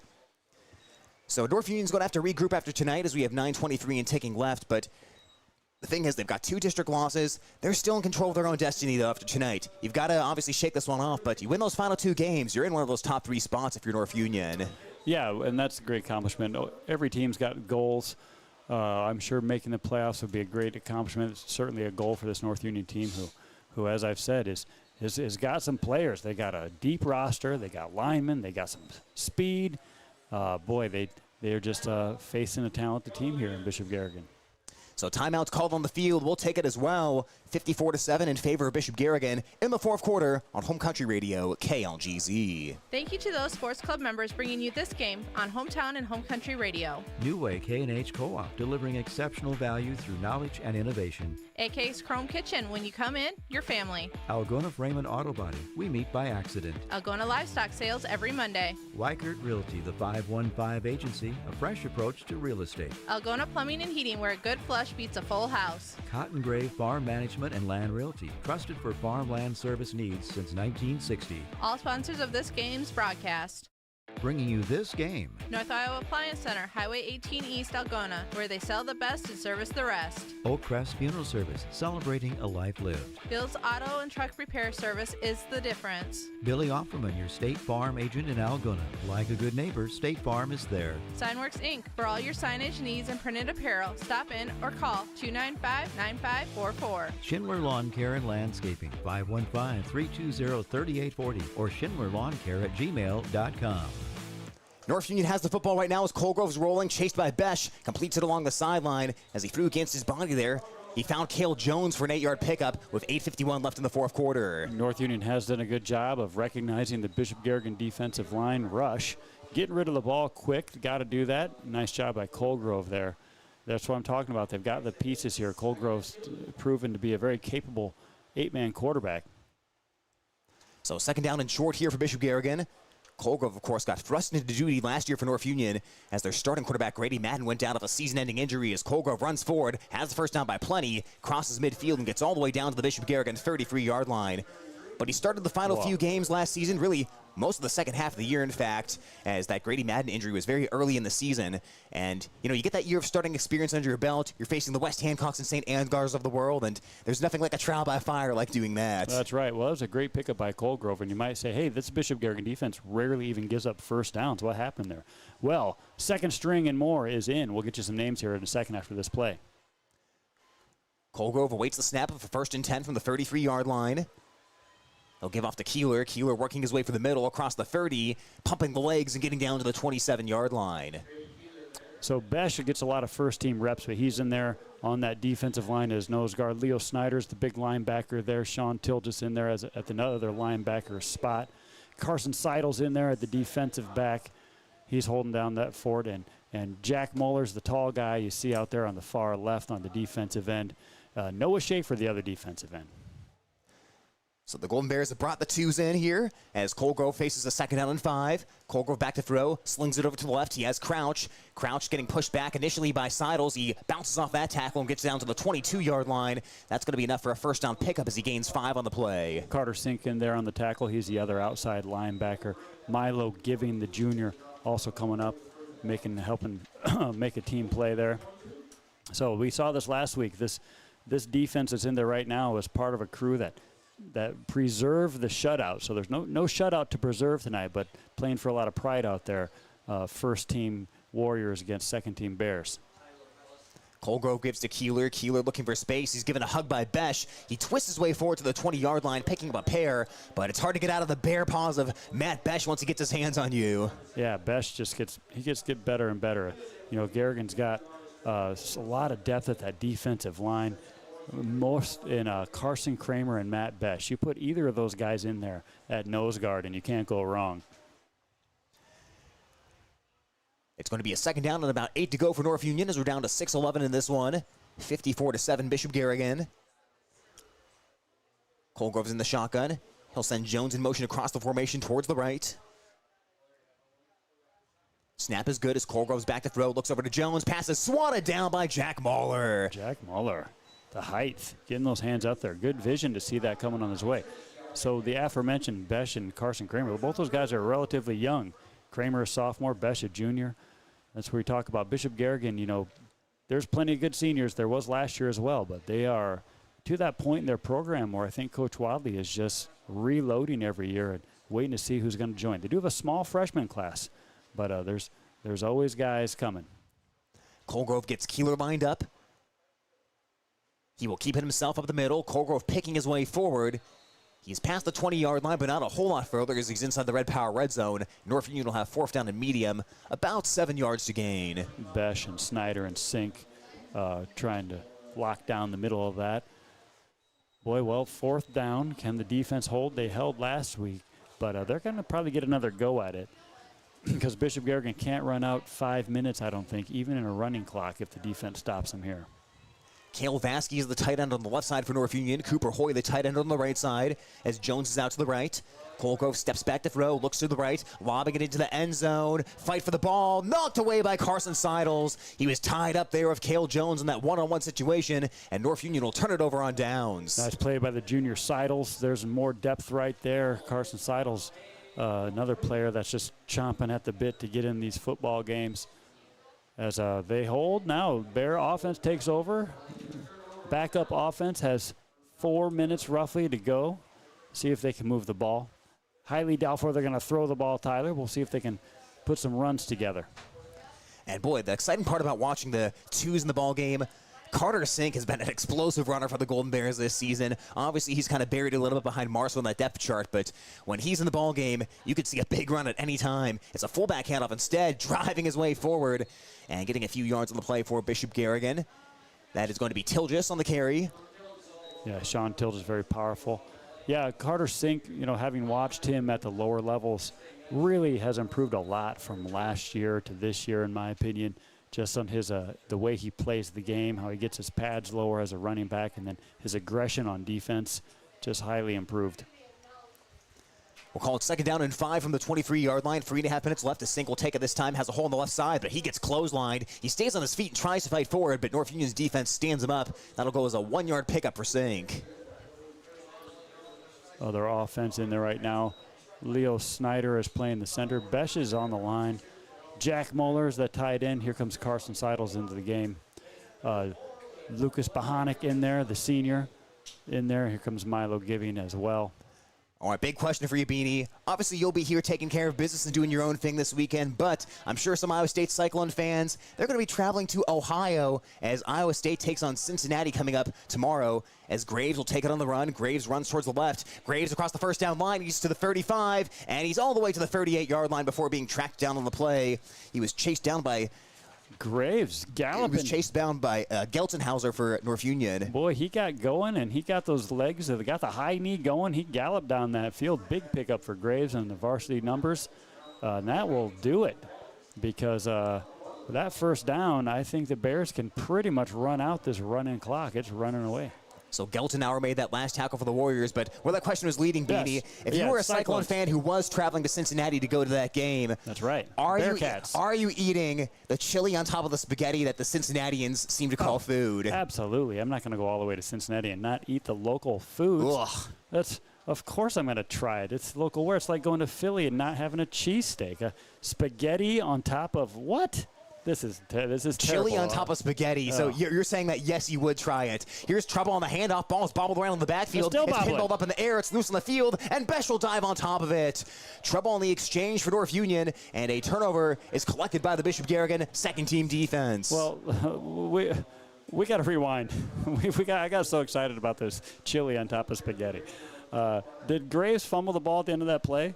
I mean, he ran for a country mile. Looked like he picked up the first down. Yeah, now North Union has it. What did I miss? North Union doesn't have it anymore, but yeah. Now North Union give right back to Garrigan. It's right back to Garrigan. It's a frenetic last minute of the game. It's a little give and take there, we'll call it. As Graves will turn, he'll run to his own man, and then Sink, who got the handoff, runs into the back of his offensive lineman. That was a little sloppy all around as Graves ran into the fullback Tilgis, and then Sink ran into the back of his left guard. Well, I think all 16 guys out there are ready for this clock to read zeros, but there's still a minute left here. So second down and 13 for the Golden Bears. We'll have to run at least one more play here. So as a Ohioan, am I saying that right? Yes. As an Ohioan, have you never tried the Cincinnati delicacy? Yeah, chili on spaghetti is not something that I want to be ingesting anytime soon. What do you eat when you come to the Cleveland area? What do I got to have there? Oh, boys, there's a lot of good stuff. Pierogies is a big one, as here comes Graves. He's motioning, and he's tiptoeing, and he works his way down to the 20-yard line. There's a lot of good things in Cleveland. A lot of good pizza places. A lot of good sandwich places downtown. As we're down to the final 24 seconds in this one. Well, tell you what, Tyler. We will go. I will make a commitment. If it's ever Twins Guardians in the ALCS or ALDS, I should say, we'll go and I'll have the foods. As we're wrapping it up here at North Union in Armstrong. Well, it's a 6-0 start to the season for the Bishop Garrigan football team. They'll take care of business tonight, winning 54-7. The Warriors will drop to 2-3, and now they will look to win out in their final two games and secure a playoff spot. But tonight they'll fall to 2-3. Bishop Garrigan maintains that #1 ranking with a 6-0 start to the year. They'll get ready to take on Northwood Kensett in another road trip coming up next week. We'll step aside for a quick couple of messages. When we come back, post-game wrap-up, followed by your Erpelding and Voigt player of the game, all right here on Home Country Radio. Sports Club members bringing you this game. Countryside Barbecue Sauce, 2 sauces for all seasons. Dance Connection and Tumbling by Michelle. Passionate about teaching, creative about dance. Daylight Donuts open early with delicious donuts and great coffee. Dump It, Kasuth County's local and reliable waste service provider for commercial and residential customers. Albert Electric, flip the switch to Albert Electric. Erpelding Excavating Enterprises. Let them take care of your grading, excavating, and drainage needs. Fairway, everything's easier, fresher, and faster with Algona Fairway. Sports Club members bringing you this game. Sponsors of this game broadcast. Stroman Dental, giving you something to smile about. Ruhnke Brothers. Experience the Ruhnke Brothers difference for all your auto service and repair needs. TAFE Wellness Center in Algona and Armstrong, keeping athletes in the game with chiropractic care. Take charge of your health. Tangle Salon for all your cuts, colors, hair extensions, and massage therapy needs. Tom Eichin Sales, your store in the country, carrying steel and Toro products and Green Mountain pellet grills. Ulrich Construction. Let them do the work. Water Connection. From softeners to bottled water and service, call 295-SOFT. High school sports on Hometown and Home Country Radio, brought to you by these fine sports club members. American Glass for all your glass needs. Think American. Central Financial Group, where you belong. Down to Earth Tree Service, your local Algona tree service. Farm Bureau Financial Agents Dave Beisch and Daniel Foth. Ed Service Station, service you can trust. Glenn's Green Thumb, from a small seed, something beautiful will grow. Iowa Lakes Community College, your community, your college. Sports club members bringing you this game.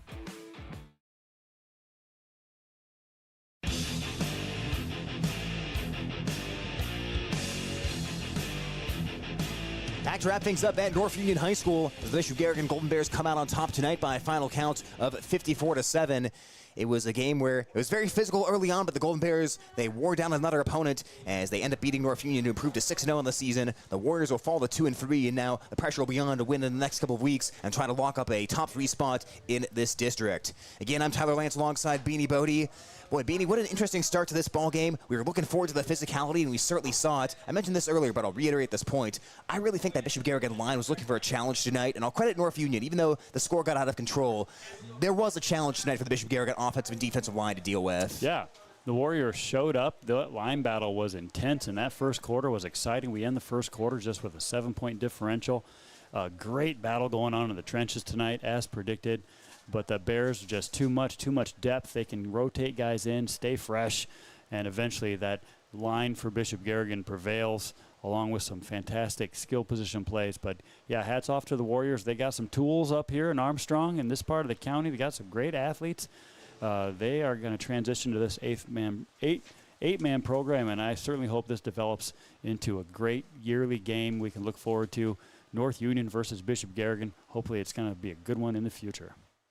I certainly think so, and like I've said about a lot of the other opponents Bishop Garrigan's played this season, I'll say I can see the tools for North Union, right? I can see why some of the stuff they're doing would work against some other teams besides Bishop Garrigan, but the Golden Bears, they bet on a different level this season.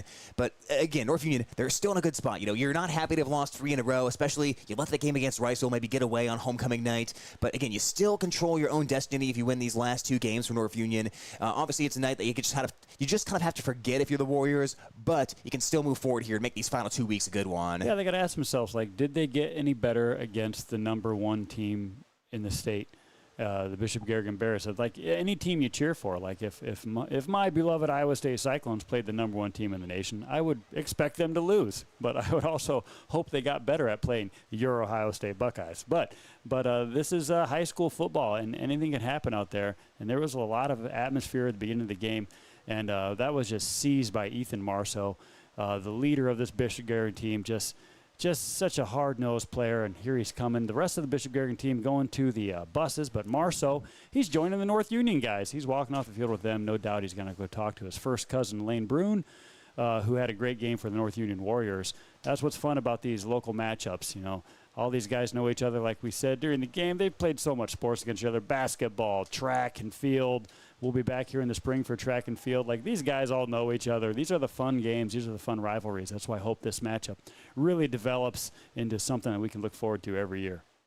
Yeah, I think it certainly will, especially as North Union gets more and more used to the 8-man game. They're going to be a serious threat in this district going forward. Another thing I'll commend for the Bishop Garrigan offense tonight, Beanie, and this is not anything new, but they continue to get so many different guys involved in the offense. It's not just Marceau touching the ball. It's not just Furch or Joyce touching the ball. They're really spreading the wealth around, and I think that's important because, yes, tonight was a 54-7 final score, but there could be a point you want to go to the Unidome, you want to win a state championship. There could be a time where it's 3rd down and 10, and you're throwing the ball to Dalton Clens, and he has to be ready to catch it. There could be a time you're facing a 4th down and Tate Furch is taking a shot to Weston Rosenmeyer. There could be a 2-point conversion you need to win the game, and CJ McGregor's got to carry it. So it is good to see it's not just 1 or 2 guys carrying this offense. It's really a depth of skill position players. Yeah, you never know who's going to burn you for the Bears. They've got so many weapons out there. And in fact, there was 4 times tonight where in my head I thought, well, if North Union can get a stop here, they force the Bears into a 3rd and long situation. If they can just stop here and hold this run, but the Bears offense would pull out another play. And you can't cover everybody. And then, of course, you have to respect their running game. You know, we saw the Bears typical start off the game, crashing and bashing, running that ball to the end zone, and then they open it up and throw the ball. And then once they do that, as the defensive coordinator on the other team, you don't know what to do because they could go either or, and you don't know where. You can't blitz because you got to respect the pass. And if you don't get someone on the line of scrimmage, Marshall's going to run over you and C.J. McGregor and company. So the Bears are just too much to handle for everybody right now. And so they are just steamrolling. And obviously playoff bound, and the expectations are sky high. The hopes are sky high. You just sometimes you can't get high on your horse. They just really have to keep contained and keep it all in front of them. And I'm pretty darn sure they've got the leadership to do that. Yeah, this is a very senior-laden team. Such a good sports class for Bishop Garrigan, but it's a lot of discipline as well. You go back to those warm dog days in the summer when you're training for a season like this, and these are the moments that you're getting ready for. When you're trying to close in on an undefeated record in the regular season, they need 2 wins to do that. You're trying for a top seed heading into the playoffs, and then you're trying to make a run to 2 state championships in 3 years, and obviously they're a long way from winning a state championship right now, but they're putting the pieces in place to try to build towards that as we get closer and closer to the playoffs. Yeah, and, some of those kids, and probably doesn't even matter to them. They just want to have fun. And I think they're having fun out there. I think the kids really love to play this 8-man game. You saw it tonight. They love these open offenses where they get to throw the ball. I love looking at the stats the next day and seeing how many times Furch got to throw the ball, and he threw the ball fantastic tonight. Even his incompletions, he had a great incompletion where he made a fantastic decision to throw the ball away, whereas a lot of guys would just chuck it up for anyone to grab. And like you said earlier, he's got so many weapons, and he makes it look easy. He's going to be really, as a senior, he's going to be a really tough act to follow. So that's our recap of tonight's game. Again, Tate Furch, accurate throwing the football, pushed the ball down the field tonight, and the Garrigan run game, grounding and pounding as per usual in this 54-7 final score. Final thing to do tonight, award our player of the game, brought to you by Erpeling Voigt & Company CPAs. Erpelding Voigt & Company CPAs has a simple philosophy about the way they approach their business. Put people before the numbers. Before they can help you plan for a better financial future, they must have a thorough understanding of where you've been and where you want to go. They listen, then ask the important questions to build long-lasting relationships with their clients. They promise to know you and help you. Erpelding Voigt & Company CPAs. They're more than just taxes. Time for our player of the game, brought to you by Erpeling Voigt & Company CPAs. Each week we choose a Bishop Garrigan Golden Bear player who stood out on the gridiron and contributed to the team's efforts. And of course, at the end of the season, they'll get a certificate courtesy of Erpeling and Voigt. Our player of the game for tonight, Beanie, it's a new one here, one we haven't had win a player of the game yet, either last season or this season. I always like to look for guys who are making contributions, guys who are stepping up, maybe had bigger games or, kind of rose above the previous level of production. And I think tonight's player of the game is a guy who really exemplifies that. We're choosing... Well, oh, do you want the surprise? I was going to say, it is obvious to me. I don't think you had to look real hard. I think he jumped out right at the beginning of the game as, wow, this guy's got it going tonight. Yeah, he certainly did. And the guy who had it going tonight for our player of the game, that is Weston Rosenmeyer, Bishop Garrigan tight end and defensive end. Had 3 huge catches tonight from Tate Furch. One of them was a touchdown, so he ate up a ton of yardage there in his receptions. Then, the blocking on the end of the line as a tight end. And not to mention, when he played defensive line, he did a great job when Garrigan goes to those 4-man fronts of containing Grayson Colgrove. Had a couple really good tackles on defense, and then you've got to be physical against this North Union line, and Rosenmeyer was ready for that. So Weston Rosenmeyer just really popped out for a big game here tonight. Yeah, every week is different. You don't know who's going to be on their A game and who's going to be off night, who's not going to feel great. But, boy, Weston Rosenmeyer had it going tonight. In his first touchdown, he got behind the defense and first threw him a beautiful ball, and he hauled it in, and, man, he was pumped to score that touchdown. You could see him. He was, I think, was really thrilled about the route he ran. He earned that touchdown. He was pumped. Mad Miller went down with injury, so Rosenmeyer has really stepped in as a primary target from the tight end position.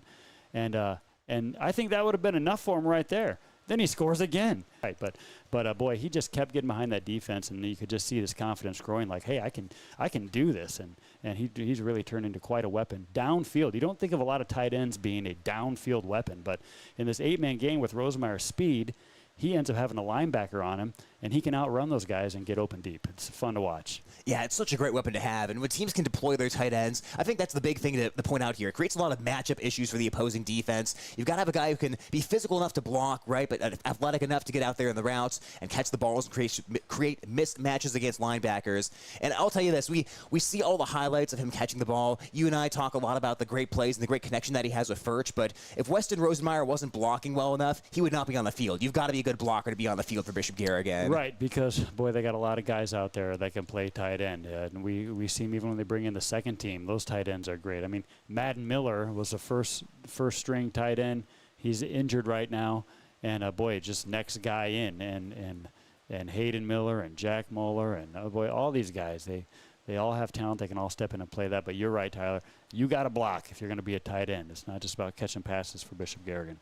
So congratulations to Weston Rosenmeyer, our player of the game for tonight, as the Bishop Garrigan Golden Bears defeat the North Union Warriors by a final count of 54-7. A couple of final notes over on KLGA 92.7 FM. Brian Wilson and Todd Van Otterloo have the call as Algona currently trails Humboldt 21-17 in the fourth quarter, so you still have time to catch the end of that game. Other things to catch tomorrow morning, we're going to have our Breakfast with the Coaches program. We'll check in with the coaches around the area and get the latest on happenings as far as football's concerned from Coach Wadley, the Bishop Garrigan head coach. Of course, tomorrow, though, the show is going to be 1 hour earlier. It's going to start at 8 o'clock due to the Iowa State pregame on KLGA starting at 9. So, again, Breakfast with the Coaches for tomorrow. That'll be live as of 8 o'clock in the morning. That'll wrap it up for tonight. Again, you can catch the end of the Algona game as they trail Humboldt 21-17 over on 92.7 KLGA. This has been a sports production of Home Country Radio and the Algona Radio YouTube stream. For my partner, Beanie Bodie, I'm Tyler Lance signing off. Final score tonight, Bishop Garrigan 54 and North Union 7.